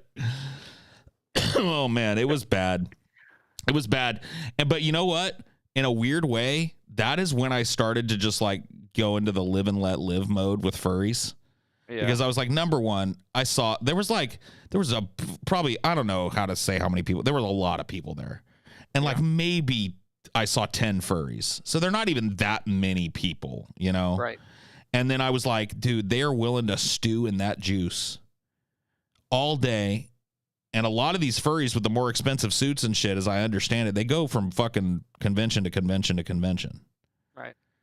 Because that's what they want to be doing. That's how they make their money, you know? And Well, they're like charging people $1 for a picture or whatever the fuck it is. And, you know, that's how they're doing it. They're financing the trip on the... But anyway, I gained a little bit of respect for furries because I was just like... live and let live works until you realize that whatever percentage of the total population of people you saw there that were furries, that percentage of furries actually want to fuck a horse. Right, but I mean, like, dude, I got to tell you, looking at the horrors that we face... Live and let live works until you meet somebody that actually is like, dude, have you tried horse cock? It's like, okay, listen, dude, you need to be committed. I don't know, man. Like, look, dude, I don't like the idea of people having sex with animals, but can you really look at the problems? Don't Shank Uger me, dude. Don't. Dude, is a little HP? No. Is a little HP that bad, dude? Don't. You know, in the grand scheme of things, is that don't, what should don't Shank Uger? Don't Shank Uger me. Should we be worried about the HP?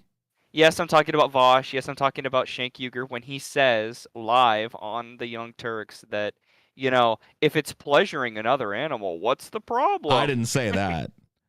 I said that I don't like that they're doing it, but is it a problem worth worrying about at this point? Does somebody getting a little horse puss? No, is that the worst I'm saying problem it as that's a going counter on? to live and let live. Yeah, it's bad. It's real bad, you know. But is it bad enough to get on my list of concerns? And the answer is no, man. Somebody, like the small amount of dudes that are out there getting themselves a little goat puss. Yeah, yeah, like think about how the ostrich feels. I'd rather they didn't do that, you know, but I'm not gonna fucking lead the crusade against it either. You know, there are other causes. Now that I have a newfound respect of JC, you know, and I'm smoking the holy kush now. I might just lead that crusade. The pro-circumcision anti-furry crusade. Oh my God, bro. Well, good luck, man, because you're going to be in court with a lot of those motherfuckers, and I have a feeling they're going to make them take them fucking fursuits off. Oh, no. They're going to make them crack the seal to swear in their oath or whatever the fuck, you know? Yeah. Cockatoo says, what male animal is going to turn down a blowjob? I mean, whatever. You don't know what a male animal is thinking. You don't even know what a male human being is thinking most of the time, you deviant piece of shit. I've given plenty of humans blowjobs that I was like, is this person even enjoying it?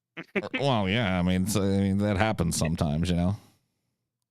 You can't tell what anyone's thinking, much less an animal. Trimming the lipstick. Gross.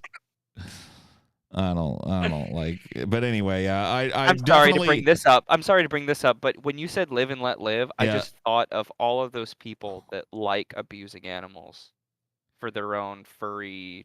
Well, whatever, man. Like, I don't know. Like I said, dude, I'm against it in principle, but I really don't think it's on my radar, you know? Like, to me, I could name... Every group has its, like, ugly...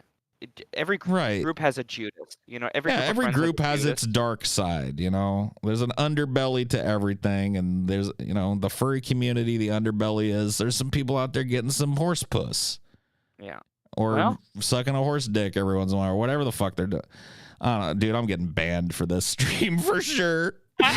Guys, make sure you add my other channel, the Poltergeist, because I have a feeling that this stream is gonna get my ass. Do you have banned. do you have like a bit shoot or something? I forgot for a second what platform we were on. You know what I mean? Do you have a bit shoot or like a? Do you have a what's Trump's new platform? Truth Social or whatever. Do you have a Truth Social? No, I don't. Oh, you gotta get one. I'm gonna have to. Yeah, I'm gonna be fucking ostracized. Join the conservative counterculture. Come on. Come on. No, thank you. I'll pass. I love pro-circumcision, anti-horse. The very idea of a conservative counterculture is like self-refuting. Like conservatives are by definition defenders of tradition and, you know, right.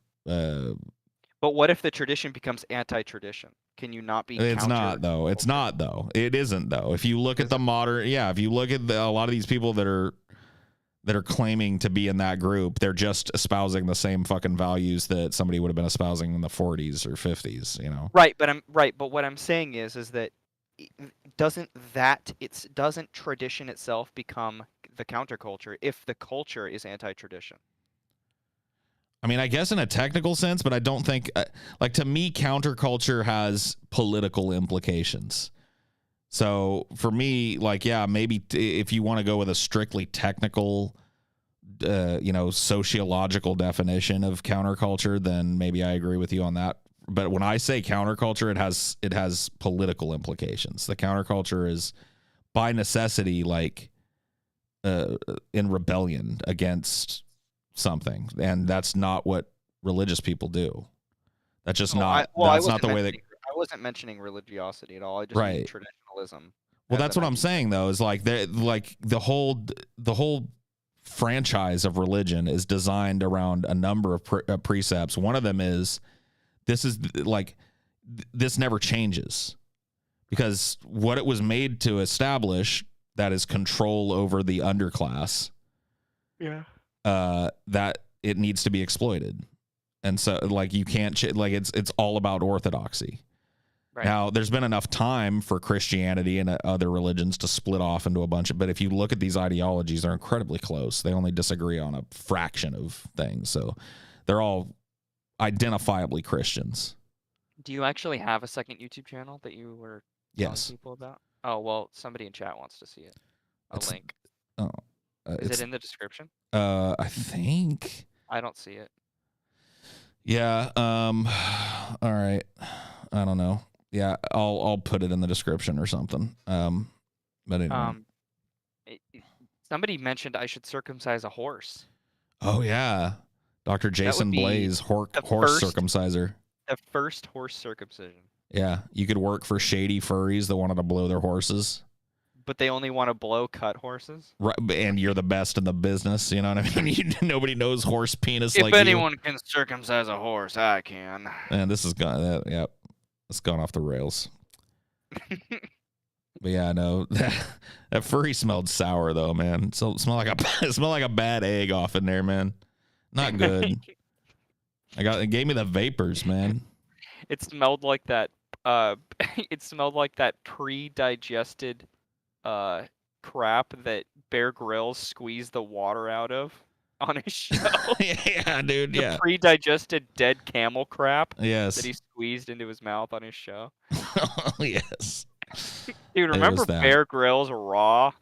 Remember that? Yeah. Remember when he was just raw and didn't give a fuck? I do remember that. Yes, I do. He was just like, I'll sit in a I'll sit in a fucking 20-foot deep ice chasm with no way of getting out, just to prove to you it's possible. You might fall in a chasm.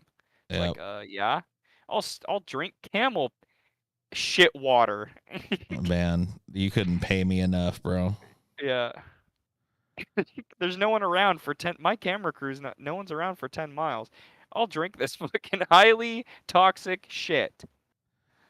Yeah, I'm fucked when the apocalypse comes, man. I'm not gonna be able to acclimate to eating a rat. You're not gonna know what plants to eat or what shit to drink. Yeah, dude, I'm gonna. It's gonna be like totally necessary to eat a cockroach all the time, and I'm not gonna be able to do it, dude. I'm too much of a pussy. Yeah. I'll starve to death or whatever. Just get preyed on by the new apex predator that comes out of this climate change. You really don't think that if all of modernity was just deleted right now, like ignore the whole nuclear portion of it, but if something just deleted all of modernity, you don't think you could scavenge?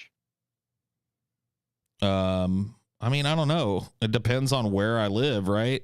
I'm not saying like if I'm in the jungle, which a lot of our ancestors were, if you go back far enough, right. We were definitely spraying from a jungle and savanna species.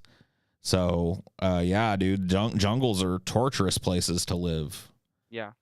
Everything you step on could Everything kill you. is eating you all the time. Yeah, exactly. It doesn't waste any biomass, including living could you biomass. Scavenge a modern wasteland. Like a Mad Max desert kind of wasteland? Probably not. Like a Fallout. Like Like a fall. Yeah, well, that's like the same. some stuff is broken, but there's still remnants of modernity, and there's stuff sitting But it's around. all dirty and gross, and there's no Right. law. No, I couldn't live like looking for fucking 30-year-old tins of beans and shit, and I couldn't do it. I mean, I maybe I could, but I doubt I'd be very successful at it. You know what I mean? I don't think I'd be the world's best bean finder or whatever the fuck. Can you grow anything? Yeah, like my mom when I was little taught me to grow some vegetables and shit. And so I know how to build a garden box. And I don't know, man. I could grow some tomatoes probably successfully, maybe some little zucchinis, some peppers. Some like corn or whatever. I wouldn't have the knowledge to do, but like my mom had like, like a little tomato garden. Yeah, like tomatoes and potatoes and Potatoes, herbs. yeah, I can Those do are those. all easy as shit to grow. They're not super easy, dude. Building a garden box and keeping it fucking like you got to know. Well, dude, potatoes will grow And like in the wasteland, nothing. like I'm not gonna have ready-made bags of like mulch to go get. I'm gonna have to make my own mulch. I'm gonna have to make my. You know, you're gonna make it out of your camel shit. But my mom used to do that too. She kept a compost pile that we would pull from. Did you add your family shit to it? No, we did. You don't put human shit in the compost pile, Jason.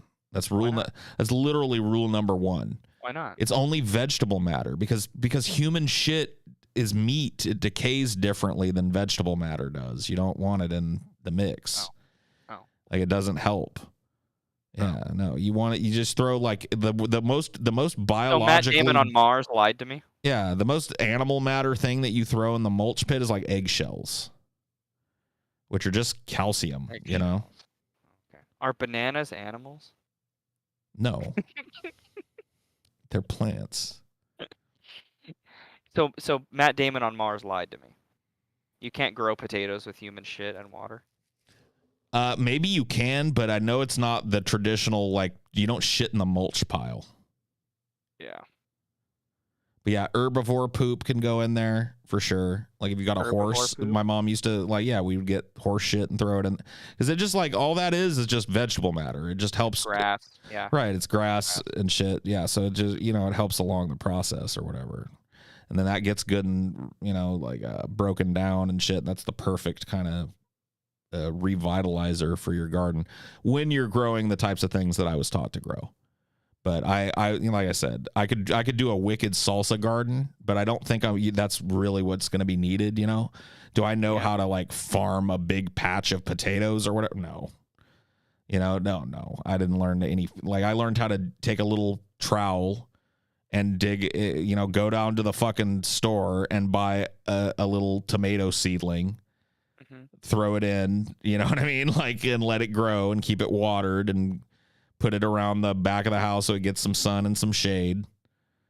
And, I know how to do that, but I don't think people are going to need salsa in the future, Well, in the future, when we can grow meat, then... Well, I mean, you're talking about a dystopia, though. So that infrastructure is broken down, and now we're scavenging. So there's the proto meat. The proto meat was gone before the dystopia really kicked off. Like people bought that out and hoarded that, and it was gone before the dystopia. Yeah, so it's gonna be like veggie meat sucks anyway. Yeah, veggie meat is gone though. It's just gonna be like people raiding farmers' fields, people raiding the grocery store till there's literally nothing left in it, and killing each other over cans of corn and peas. Yeah. And then, the people that aren't killed in that initial burst of violence will live just a horrible, hard scrabble life, because a lot of there's this idea in Fallout that houses are going to be, because it's a nuclear end, that houses are still full of slightly irradiated but still usable tinned goods. That's pretty presumptuous because in the type of breakdown that we're talking about, all of that shit's going to be picked over at twice or 3 times by the time most people are enduring it. Or the time anyone is ready to come out of the vaults. Right. It's already been taken. I mean, it's been picked over 1,000. People have looked in that same fucking old dirty cupboard 9 times hoping to find a tin of beans. And they've never found it. So it's gone. So you're going to have to find like wildlife that you can, prey on. You're going to have to Yeah. find somewhere that you can defend to plant a pretty large sized garden, because just to support one person, you need a profoundly large garden, because you need to eat every day off of it. Right, and you need enough land to be able to cycle it. Right. You have to be able to cycle sections of land. And so you need eat all the access to time. all the tools, which, by the way, those Right. are going to be picked over too and destroyed yeah. and hoarded. You got to use your hands. So yeah, you're going to have to dig down with your hands, and probably not going to, there's not going to be any oxen or horses around. Those are going to be picked over and eaten by then. So you're not going to be able to have like any beasts of burden. So you're even behind like medieval farmers. Like you can't even do like a horse and plow. You're literally digging with your hand. It's not a good look, dude. Those animal loving furries are going to be out of luck. Yeah, this is not going to be like. There's a lot of people that's got utopian views about like, well, when I'll just go in the woods and I know how to garden and shit. And it's like, you know how to garden in a world where you can buy seeds. Like you want bell peppers, you want potatoes, you can buy the necessary material to grow those from people that provide it as a service. What happens when that's gone? Do you know how to go into the woods and defend yourself? Well, you also can't grow a garden in you can't grow a garden in a forest. Like a wooded forest in a subtropical forest has such a completely different soil content, and most of the nutrients are too deep for garden variety plants to actually grab. Right. Trees so yeah, grow tall you got so that the roots can go deep. You got to irrigate. You're going to spend a profound amount of time just going from whatever your water source is to your garden, keeping it from dehydrating. Like that's going to be most of your day. Yeah. Is you're going to take that bucket that you were lucky to find, if you were lucky enough to find a bucket. Otherwise, you're going to be figuring out how to make a water skin out of a fucking deer bladder, or you're dead. Right. Like it's not a good place to be, man. All of these are another degree of possibility of getting an infection. Like every rung down the line, it's just another way of getting an infection. Digging dirt with your hands, dude. If you stub your toe or cut yourself while you're out there, it's not just to put some Bactine on it, slap a Band-Aid on it, it's fine, it's healed in a couple days. No, that thing could fucking fester and get gangrenous, and if you don't know the right shit to put on it, or you don't live in a place where you have access to any of it, then you have to chop your fucking arm off with a rock or die. You know what I mean? Like those are your choices. It's just bad, man. It's just all around bad. We're a cooperative species by nature, and I think that the whatever it happens, the oncoming scarcity wars they're gonna turn us against one another. There's not. And then that's hard scrabble for everybody. Yeah, like I live in Washington. In colder climates with huge evergreens, there is such little soil.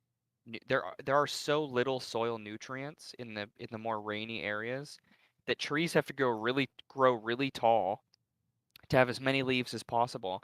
And we have a ton of mushrooms. There's mushrooms everywhere. They're called mycorrhiza, and they're responsible for adding a nitrogen content to the tree because they have a symbiotic relationship. Trees and mushrooms. Mycorrhiza give dead stuff. They process dead stuff that trees can't, so that trees can receive the nutrients that they can't get from the barren soil, or comparatively barren soil. And the mushrooms have protection because they live inside the trees. Cool story, bro. Yeah, mycorrhiza. You're still fucked. I know. There's not because the trees are gonna get chopped down by idiots. Yeah. In their lust to keep the fucking fires burning and shit, they're gonna cut down their whole forest, and they're gonna. The Pacific Northwest, I think, will all be destroyed anyway because we have a bunch of military bases. Like if there's a fucking nuclear war, we're first. Oh well, yeah, you're definitely high on the list for sure. Yeah, we're done. If there's a combo of those, I mean, it just makes it worse. I live within stone's throw of a naval base, so I'm fucked.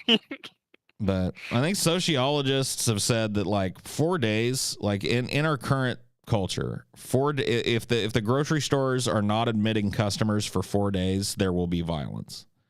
Oh Like yeah, that's after true. 4 days, even though most people have enough food rationed well for 4 days in their homes, at that point, they're going to start raiding other people's supplies. What do you call the people who buy a lot to prepare the the bunker people? What do you call them? What's the name for them that we Preppers. created? Prepper. That's right, prepping. My, Claudia, she's a prepper. She our basement is fucking full of canned goods and bottled water. Yeah. She's a prepper. She's like, if something happens, we're ready. And preppers are crazy, right? No, well, here's the thing. No, Like preppers aren't crazy. It's not crazy. I just think that they're assuming too much. Like their idea, a prepper's idea is when this like big societal breakdown happens, or even if it's local or whatever. Like if it's local, yeah, being a prepper might be good.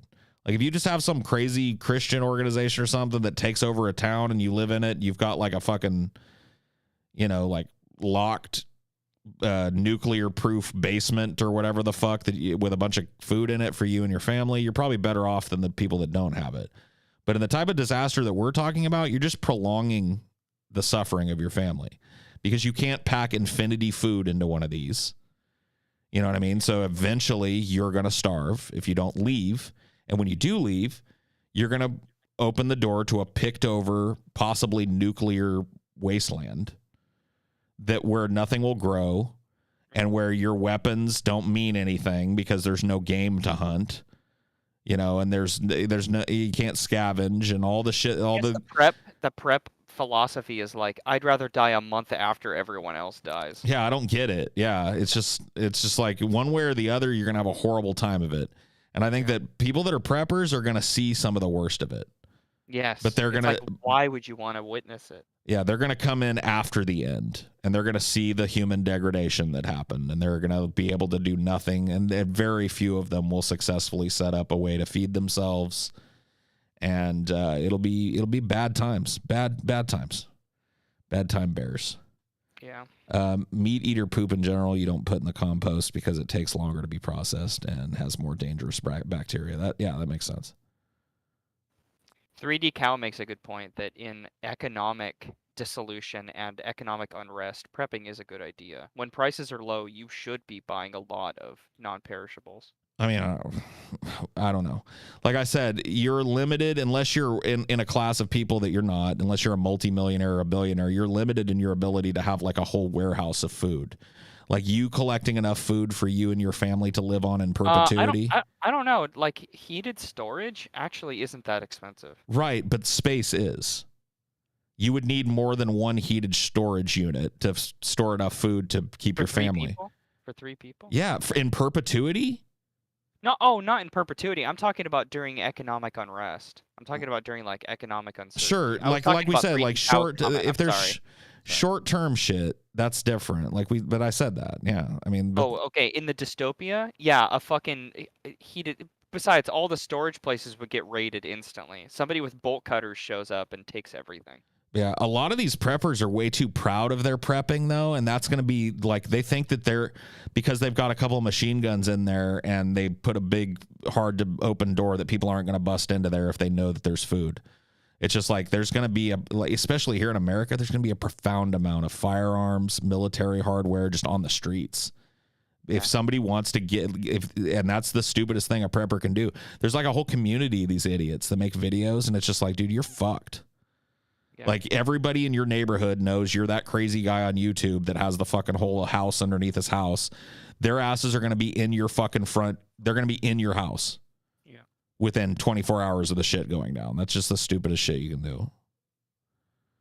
Yeah, you're a prepper. I have all the guns in my town, and I also have all the food. Yeah, I've got enough food to last me and my family for 8 fucking years, man. Guns don't help when you're asleep. Yeah. I mean, guns don't help against a certain amount of other guns either. I mean, you reach a critical mass of other people with guns and explosives, and your gun's really pretty meaningless. True. And that's what you're going to be facing. What do you think? The whole fucking town? In the end, guns win, right? Yeah, we go over to what's his name's house, we crack it open, and we distribute the food equally. Let's go, fucking, you're done. But in the end, guns win. So guns are good because in the end, guns win. Yeah. Anyway, it's a gun that prevents your gun from beating my gun. It's true. It's been nice talking to you, Jason. It's nice catching up.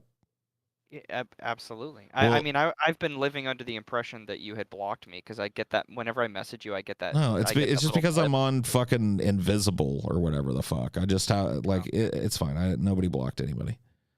Okay. We're good. Yeah, everything's looking up for me. Well, I hope we didn't really talk much about you. I hope you're doing good. you know, I'm all right. I'm about the same as always. Okay. I am what I am. But yeah, no, I'm doing good. We'll catch up again. Have a good night. Love you, buddy. All right. Love you too. Bye. That was nice. Catching up with old Jason, trolling his way through a religious discussion that I tried my best to give my all at. You know. And then yeah. I don't know what else we talked about. Fun. It's fun to just have those rambling conversations sometimes. Anyway, I'm gonna go ahead and end the stream here. It has been real, and it's been fun, but it hasn't been real fun.